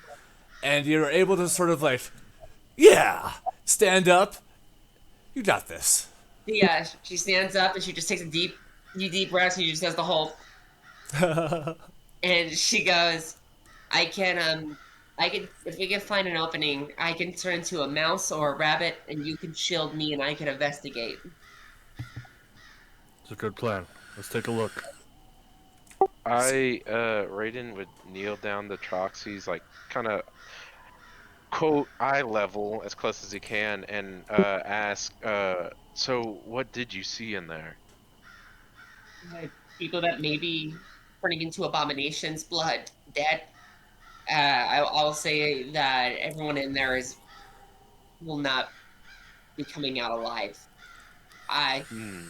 He kind of stops for a second. She kind of feels herself kind of falling back into that hole, and she just takes a deep breath and shakes her head. That was the most Raiden puts a horrifying hand thing. on your shoulder. You recently bought a medical book, right? Yes. Hmm. Well, with all the books I've read on medicine, those who choose to take the mantle to cure disease must be willing to fight said battles. Yeah, just trying to make it over that ledge, getting there one little leg at a time. It's hard. It's There's a difference between fighting off a disease and fighting off a plague. Her fear is just, but let that fear drive you forward, not stop you. And that's why I split up as she starts marching forward. God, I'm trying so hard not to metagame as a nurse in a plague. No, that's Like, great. I was like, dude, you have no idea how true that statement was you just fucking said. Dude, and that metaphor was so. If I hadn't already gave you a fate point, I would have given one to you for that. That was great. Yeah, chef kiss. Hell yeah, dude. That, from a nurse, that was perfect. I agree. We'll face these challenges together. With morale installed back into the group, you march forward now a little further into the afternoon alongside the wall. And I did point it out to Troxy and Endless before, but now that you guys are sort of walking right by it pretty closely, this wall, it's almost like it was like copy pasted. Just it's so perfect. There's not like a brick or anything out of place.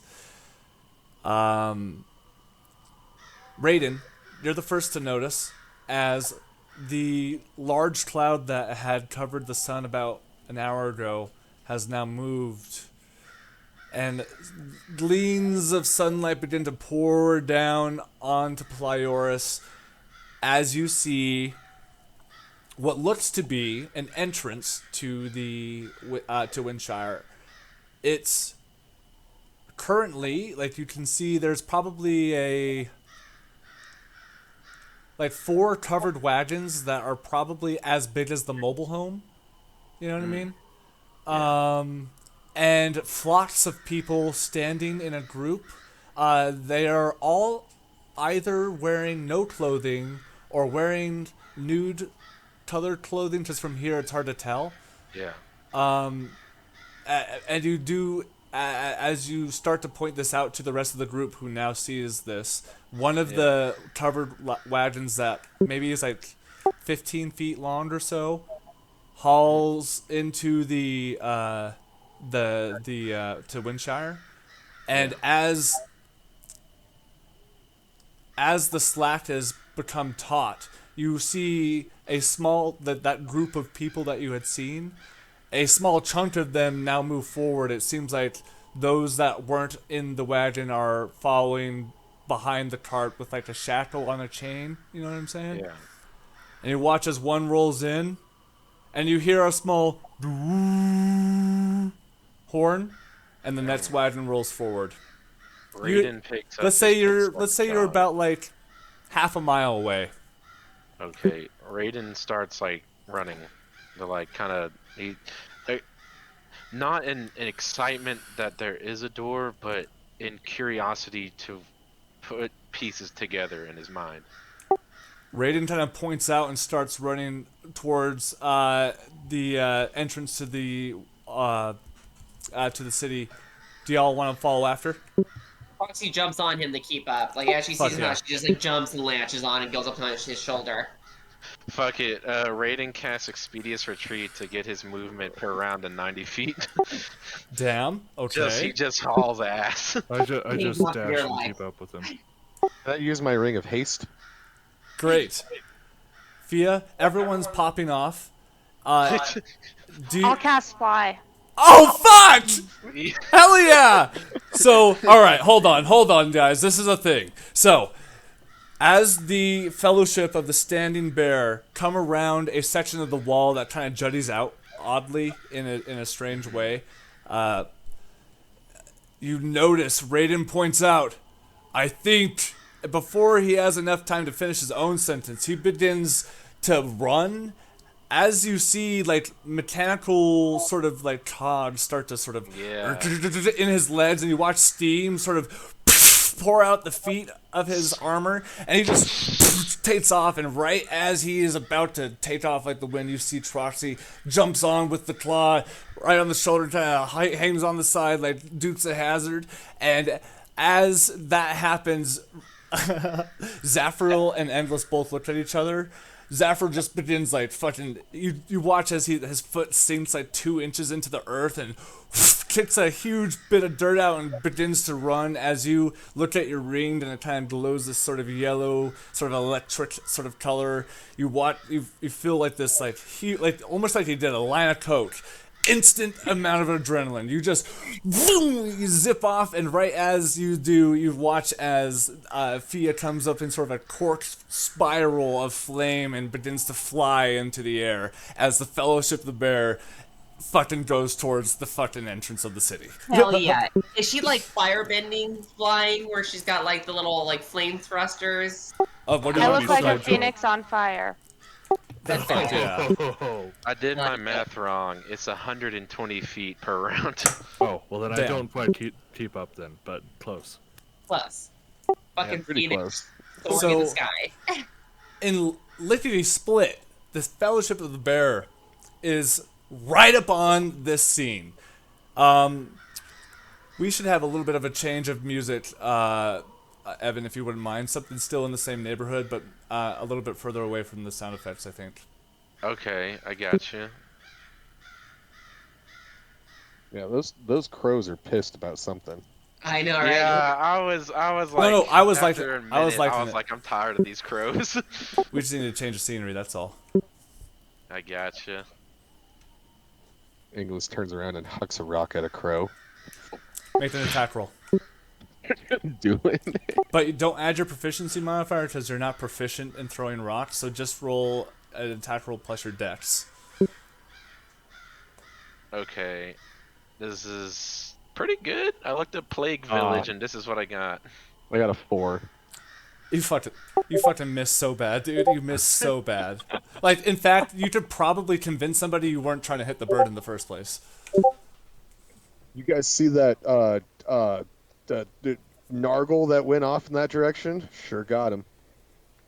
Fia just kind of sits there levitating in the air, like that, and has this sort of like wreath of flames that kind of emanates off of her body like an aura almost. It's nothing like she doesn't look like an elemental by any means. You still see her skin, but it's very much alive. As you all are standing there, you see that immediately the whole operation just stops dead in its tracks. You see there are 2 covered wagons. Zafriel, at a quick glance with your medical eye, there's probably at least 50 people that are just shackled alone, about 20 or so on each wagon. They all look awful. The plague they've gotten, the sickness that's been going across the land, they're like maybe a half a stage away from like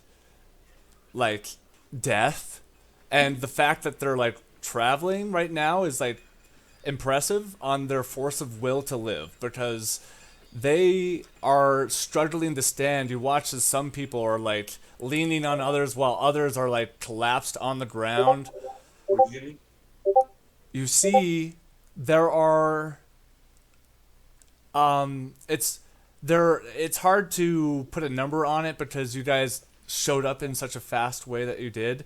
There are like at least double the amount of active soldiers in the Empire's army just here outside of the gate, maintaining the gate. The impression you immediately get is you're at a disadvantage, but the show stops. There seems to be some sort of administrator figurehead that seems to be operating the gate, who is just sort of standing there like, who the fuck are you? No one's broken the silence yet. We are the Fellowship of the Standing Bear. We've come to aid the war effort in Winshire. Persuasion check.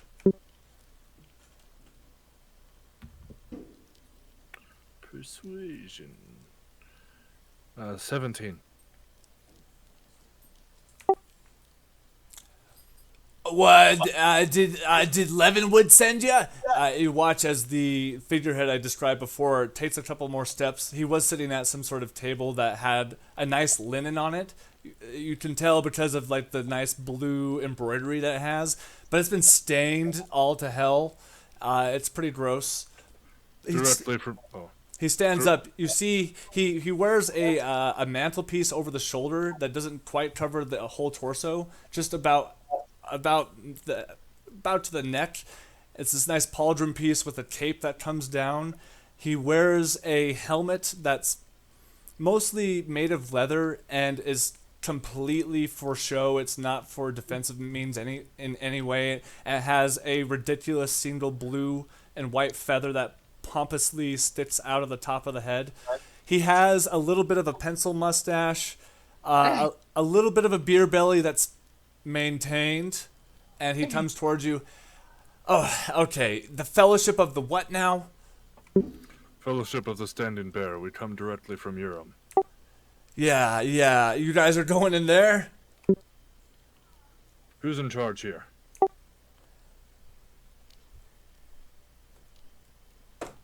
Me. We have some intel about what's going on with these abominations. Hey, what? Do you have a cure? We've found some means of curing, yes. Okay, well, we have a medical team that we sent in there. We're going in shifts of 4 men and 3 hours. They haven't reported back yet. We have a window of 15 minutes that we give until we send out a search party. So, you might be more helpful than you want. Yes, you, small person. And he looks at you, Troxy. I can transform into a very quick and fast small creature and be shielded, and I could go find them to better save lives and not risk more.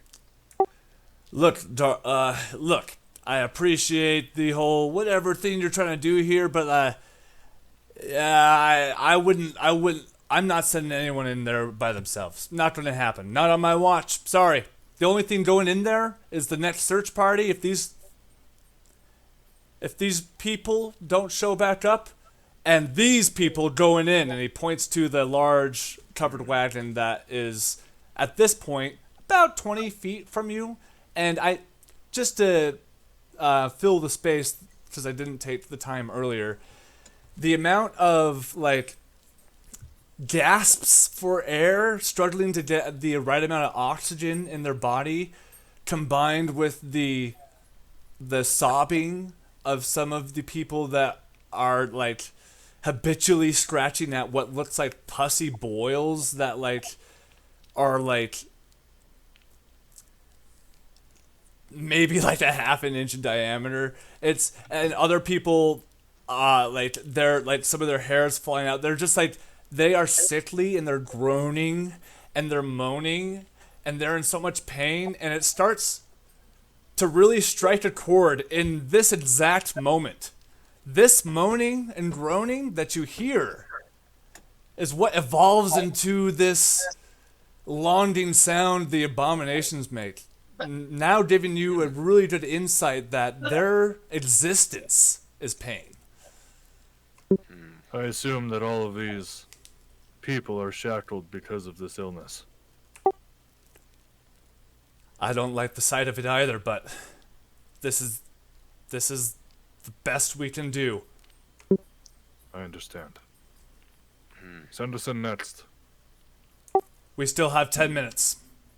And he looks, he's keeping a pretty strong sort of, like, what's the word I'm looking for? Composure? Yes. I can assure you that we have more experience than most of your men fighting these things. He looks over at you, looks back to the wall, pulls a pocket watch out of his pocket there on the side, looks back at the wall, looks over at you, Zafriel. 5 more minutes. Just give him some time. Raiden walks up to him. Doom, doom, doom, doom. He looks over at you. Raiden puts his hand on his shoulder. His hand on his shoulder. He looks over at your hand, looks at you, Zafriel, looks back at you, not sure what's happening. Move. Intimidation check, please. Can Inglis help him out? Nat Not 20 quite. plus 1. Too late. Yeah, never mind.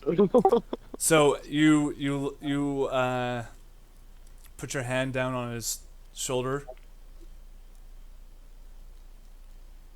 He falters pretty quickly. There wasn't a bout of will there, and whether it's because of the stress or because of your size, you're not sure. He puts his hands up.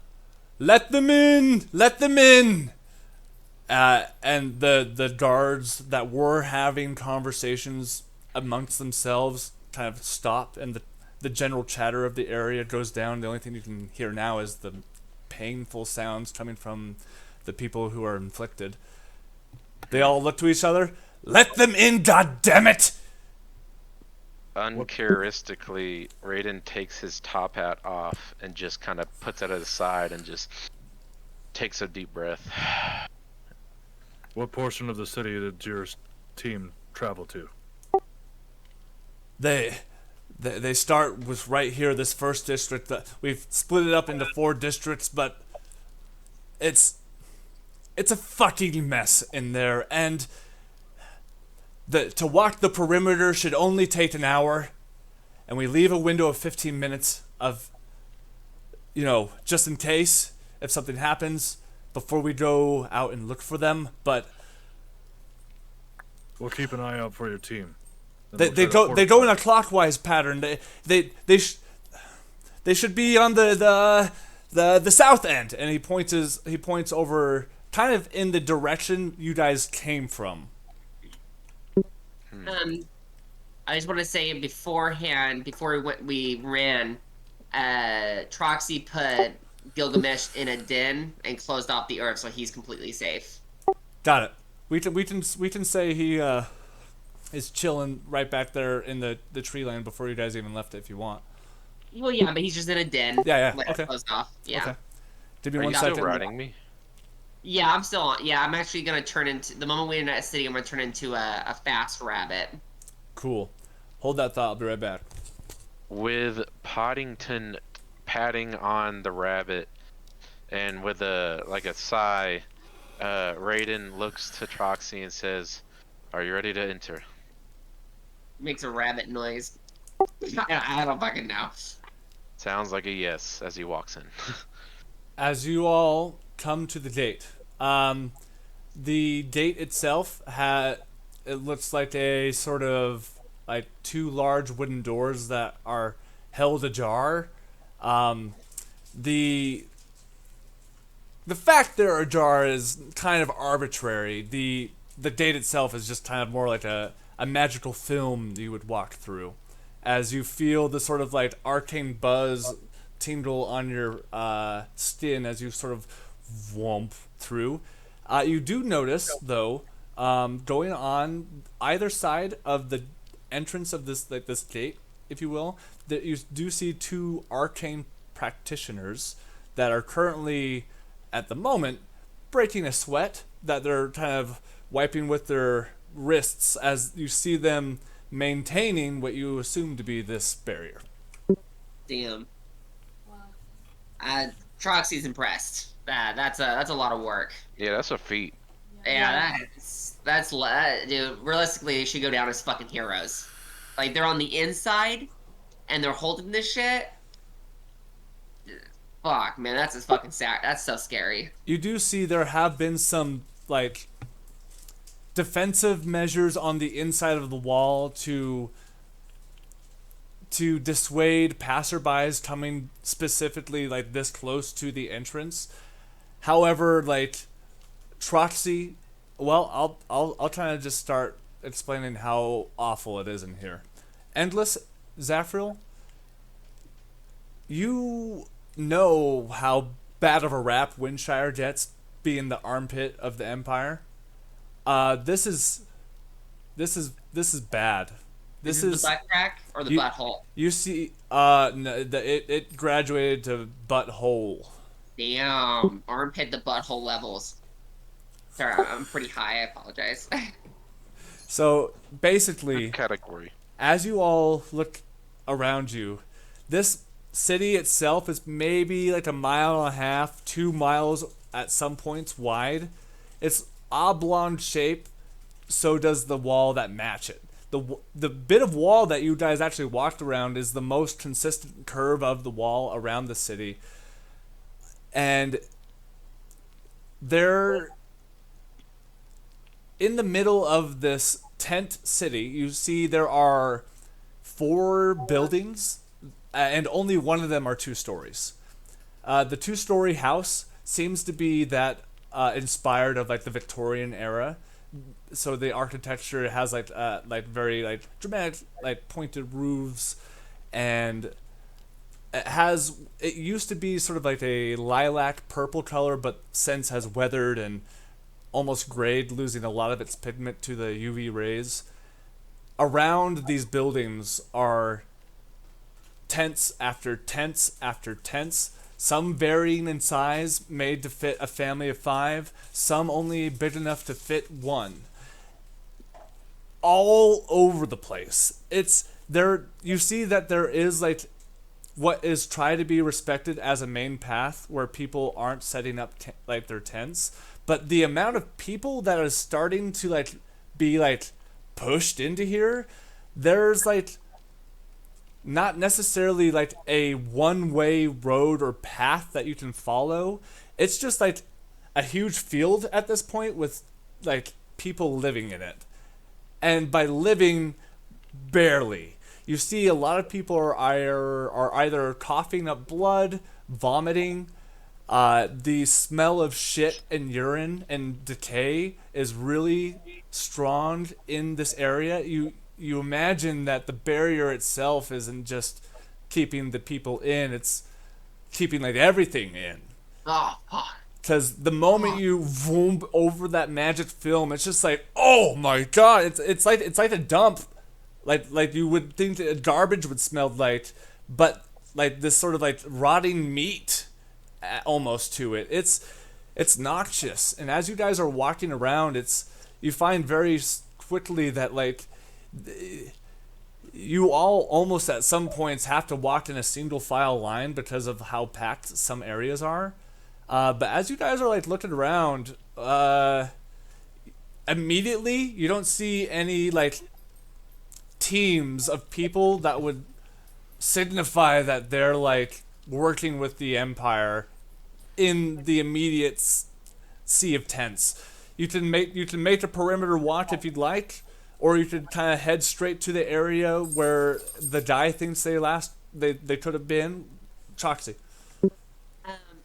Troxy, after she steads herself from, being a fucking rabbit with that nose of sensing, this is, beyond hell. She's going to, I want to roll for stealth, and she's actually going to do, the whole time they're moving, she wants to do perimeter and follow them while she's searching for clues or anything of interest.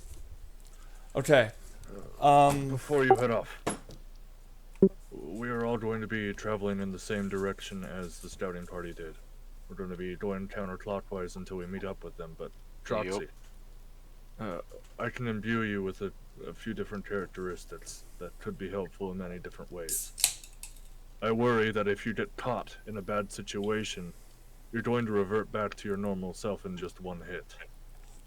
So I think the best thing I can do for you, I just touch your head as my hand just starts to glow as I put my hand on my other hand on my holy symbol. Oh, yeah. And I'm going to imbue you with Bear's Endurance. And you are going to gain 2d6 temporary hit points, and you have advantage on all constitution checks. Damn. Nice. You have 7 temporary hit points as a rabbit. Yeah, definitely makes a squeaky rabbit noise of happiness. You suddenly feel like it's not that you don't smell the area, it's just you're definitely able to weather it much more capably than you would have otherwise, and you feel invigorated. Yeah, you even have an extra patches of fur in areas that weren't actually there before. It's awesome. She looking thick. Anyway. Don't go too far away. We'll stay in a group. Zafriel, what do you mean she'll get caught? As he gives a wink and casts invisibility on the rabbit. Oh shit! That's cool. So he, like, out of one of the tips of his fingers, like this spray of some kind of mist that he's invented that reflects light Cool. and makes you transparent. She Great. sneezes from it. And Yeah, actually, when you sneeze, that's when the magical effect of the spell takes place. stupid. This pat's rated on the back and says, What's that? that's a nice trick. That is handy. You just hear her squeak Right. loudly before she just fucking leaps off with all her might. And All right. she's done. With the speed of a hare, you begin to you with the reaction time that a rabbit does have, you're able to bounce in between and go in between the ankles of all the people, the sickly people that you're passing. Can you just make a dexterity, either acrobatics or athletics. Athletics. Okay. Yeah. And you'll use the stats of a hare. Yeah. When you wild shape, you retain the charisma, intelligence, and wisdom of your true self. Yeah. The soft stats you keep, the hard stats you adapt. I rolled a 17. And I have a +5 in athletics. And Hell yeah. So that'd be a 22. As you begin to run, you almost go like splish splosh in a huge pile of puke where it seems that the people here, for whatever reason, have chosen a spot here in the middle of the tents as the place to go vomit. As you see one person currently chucking blood and like kind of this chunky material that comes out. And as you watch that hit the ground, he looks up because he hears the disturbance, but that doesn't see you because you're invisible, and then falls over. And you watch as his eye just like glazes over. Oh god. In one bound, jump over with the suddenness of that moment, able to invigorate you enough to leap over this pile of vomit that's like maybe 5 feet wide on the ground. It's pretty gross. Make a perception check as you go around the place. Advantage or no? I won't say advantage, no. Yeah. You just won't be seen as you're running around.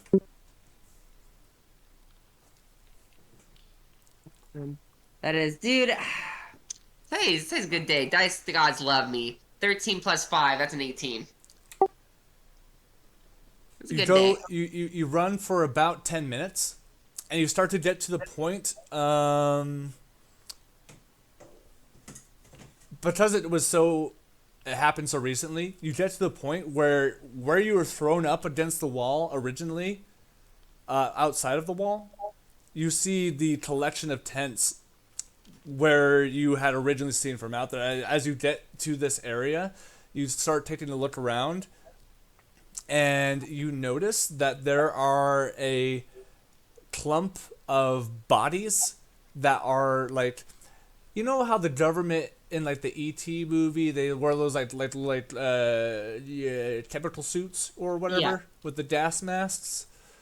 It's it's a similar getup. It's like a sort of a beige bodysuit with what seems to be like a arcane contraption that's attached to their head, which is filtering the air that they're able to breathe. But like try and imagine that, but it like coated in blood, because there's like 5 corpses just around this bend that are like stacked up on each other in a really like unnatural sort of way. Do you want to get closer? You're about 25 feet away when you first notice this. Yes, I want to get closer. How close do you Also- want to get?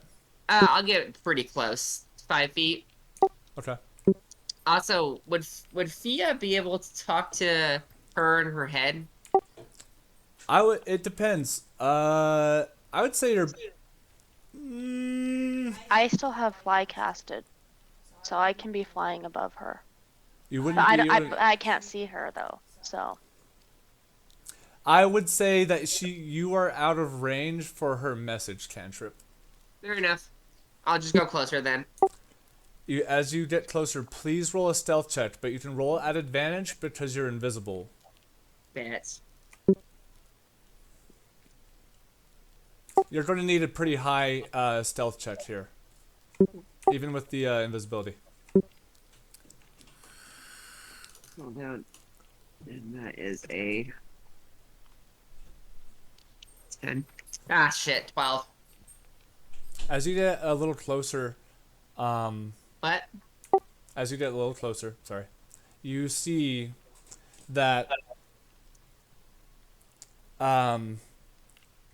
essentially you saw this pile of bodies. It's being obstructed by a large tent that maybe can hold about 4 people, and it's white canvas, but about from the ground about 2.5 feet up, you see that the tent is just like sullied with excrement and dirt and who else knows what.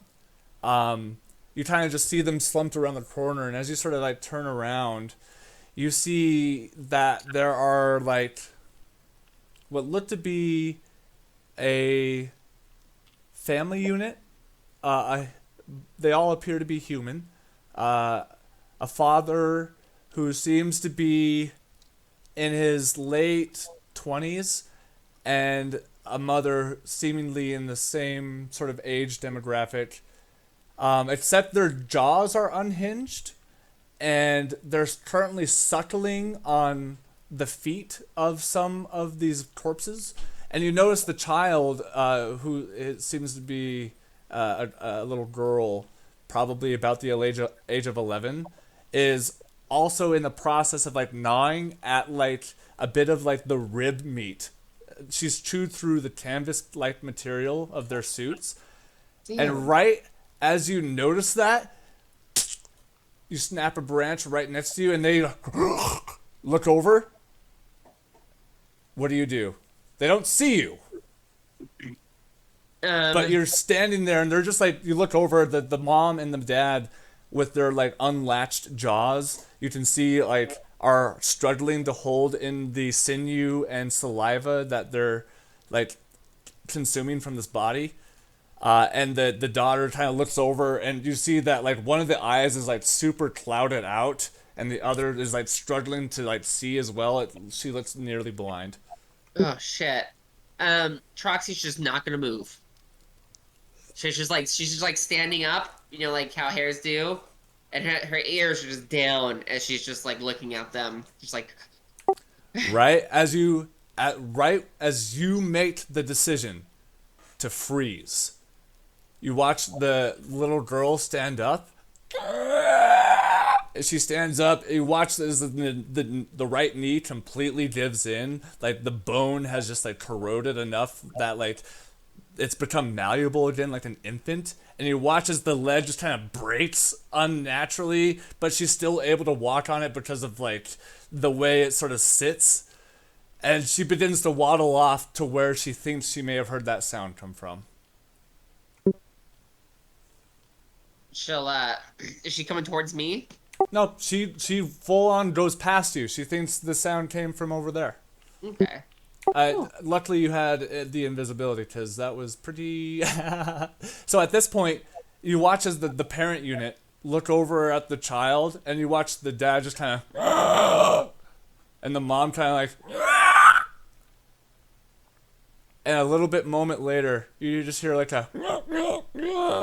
And they're like communicating. It's strange. Like they still have a little bit of their humanity. It's sad. But eventually, after that, they just go back. The father begins to suckle on the foot again as the wife begins to get back into the ribs. You can make your way back, if you'd like, to the group, now finding the dead team that was meant to come back to the gate. Is there any way I could try to grab one of those arcane devices, or would it be too heavy? It would be too heavy as a rabbit. Okay, she's gonna head back. Okay. And she's hauling ass. 8 minutes later, Zafriel. You've, at this point, I want everyone, just as a character, on a character level, who of you have turned off your empathy because it's too much? Or are you trying to feel for these people still? Zafriel is relatively conflicted, but within the bounds of this barrier, all empathy is gone. Okay, you watch as Zafriel sort of stands there stoically. How is the rest of this endless? I want everyone to chime in. I want to know how they are like reacting emotionally to the situation. So you see Inglis like really just kind of looking around, Owen Wilsing it, just like, wow.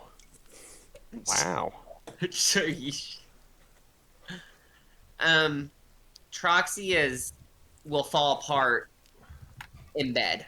That's where she's at. She's using as much duct tape as she mentally can possible to do the job. For you?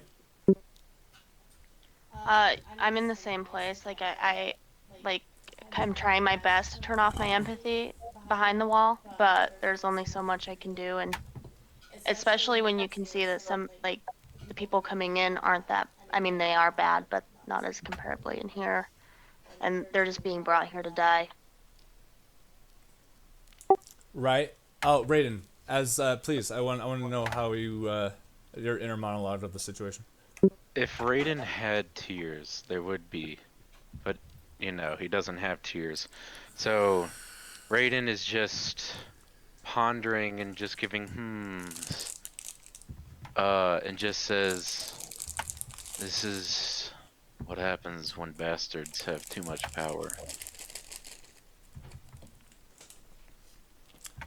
Right as that moment happens, you watch as a bit of equipment, a bag containing garbage and bloody rags, gets knocked over as you arrive back to the rest of the fellowship.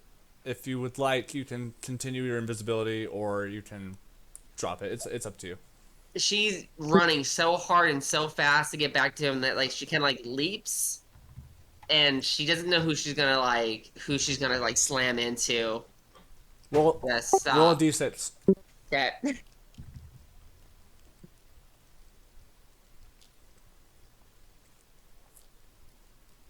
That's 1.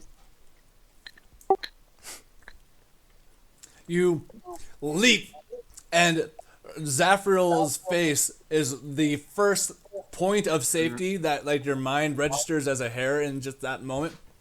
Shing! And suddenly Zafriel, thunk, you feel fur and claw and rabbit's tail, thunk, thunk, hit you in the face. For the first time that I think the party has seen, you see Zafriel genuinely terrified for a moment.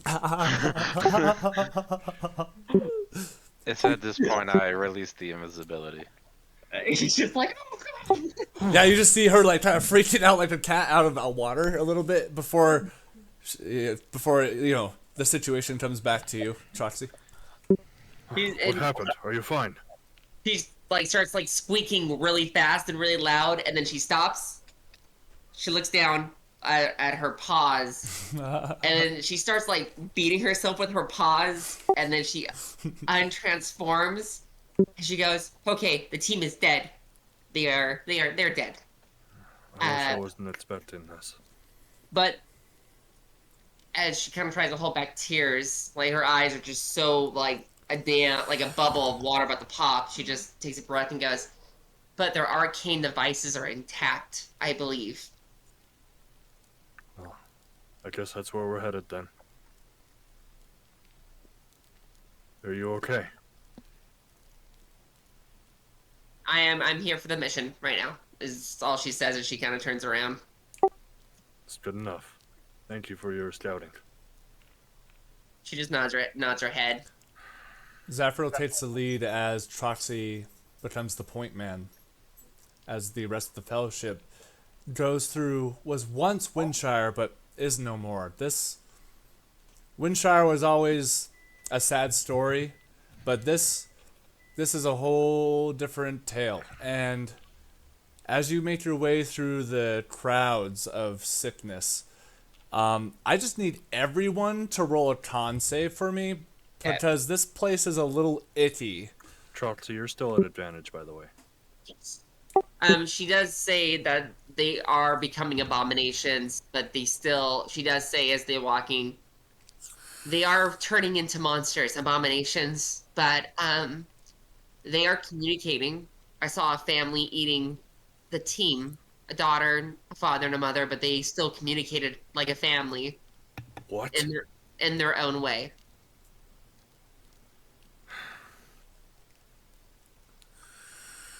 That's disturbing.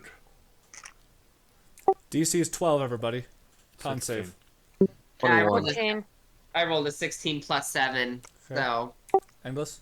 23. 21. Raiden?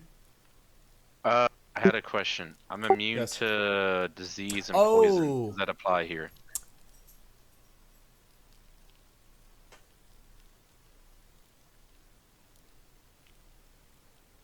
No, it doesn't. Okay. Specifically because of your background. Okay. 17. Oh, you don't even need a roll. Sorry. That was a good point. You don't even need a roll. Oh, okay. Everyone is able to, more or less, find a way to cover their mouth, whether it's with one of their undershirts, their arm, or the hand. It's necessary because you get to a point where you reach like a barrier of stink where like most of the concentrated amount of bodies living in the center is the most condensed, and you can smell the sort of sweat in the air, and it almost acts as a pseudo humidity. It's pretty gross. Troxy, you are approaching the area where you had noticed the team, and you're able to point them out successfully. After taking a close look, though, the Fellowship doesn't notice the family unit of abominations that you had pointed out earlier. They must have left because of some other reason. However, there are, just in this section of the... Let's see, there's probably like 5-foot clearance between the furthest tent on the outside of the city, where the wall starts. This section where you're at is up against the wall, and there's a like a smattering of tents. There, you hear there are people still living. You can hear them moaning and groaning and calling for help, and some people that manage to make eye contact with any of you, like, it's hard because like those who weren't able to like completely close themselves off from it were okay.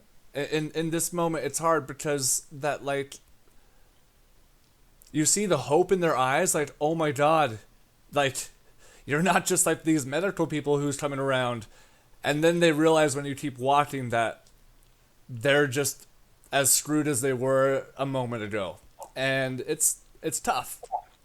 Troxy just turns into a bear to feel more, I guess, safe. With that though, we're going to take a quick break. I need a potty, and my dogs need a potty. All right. Damn, We'll, I gotta we'll feed call my we'll dogs call so like I'm 10 out. minutes, okay? Yeah, I'm gonna go Okay. take a walk with my boyfriend, then take our dogs out. All right, cool. I'm coming, my love. Saved by the bell, babe.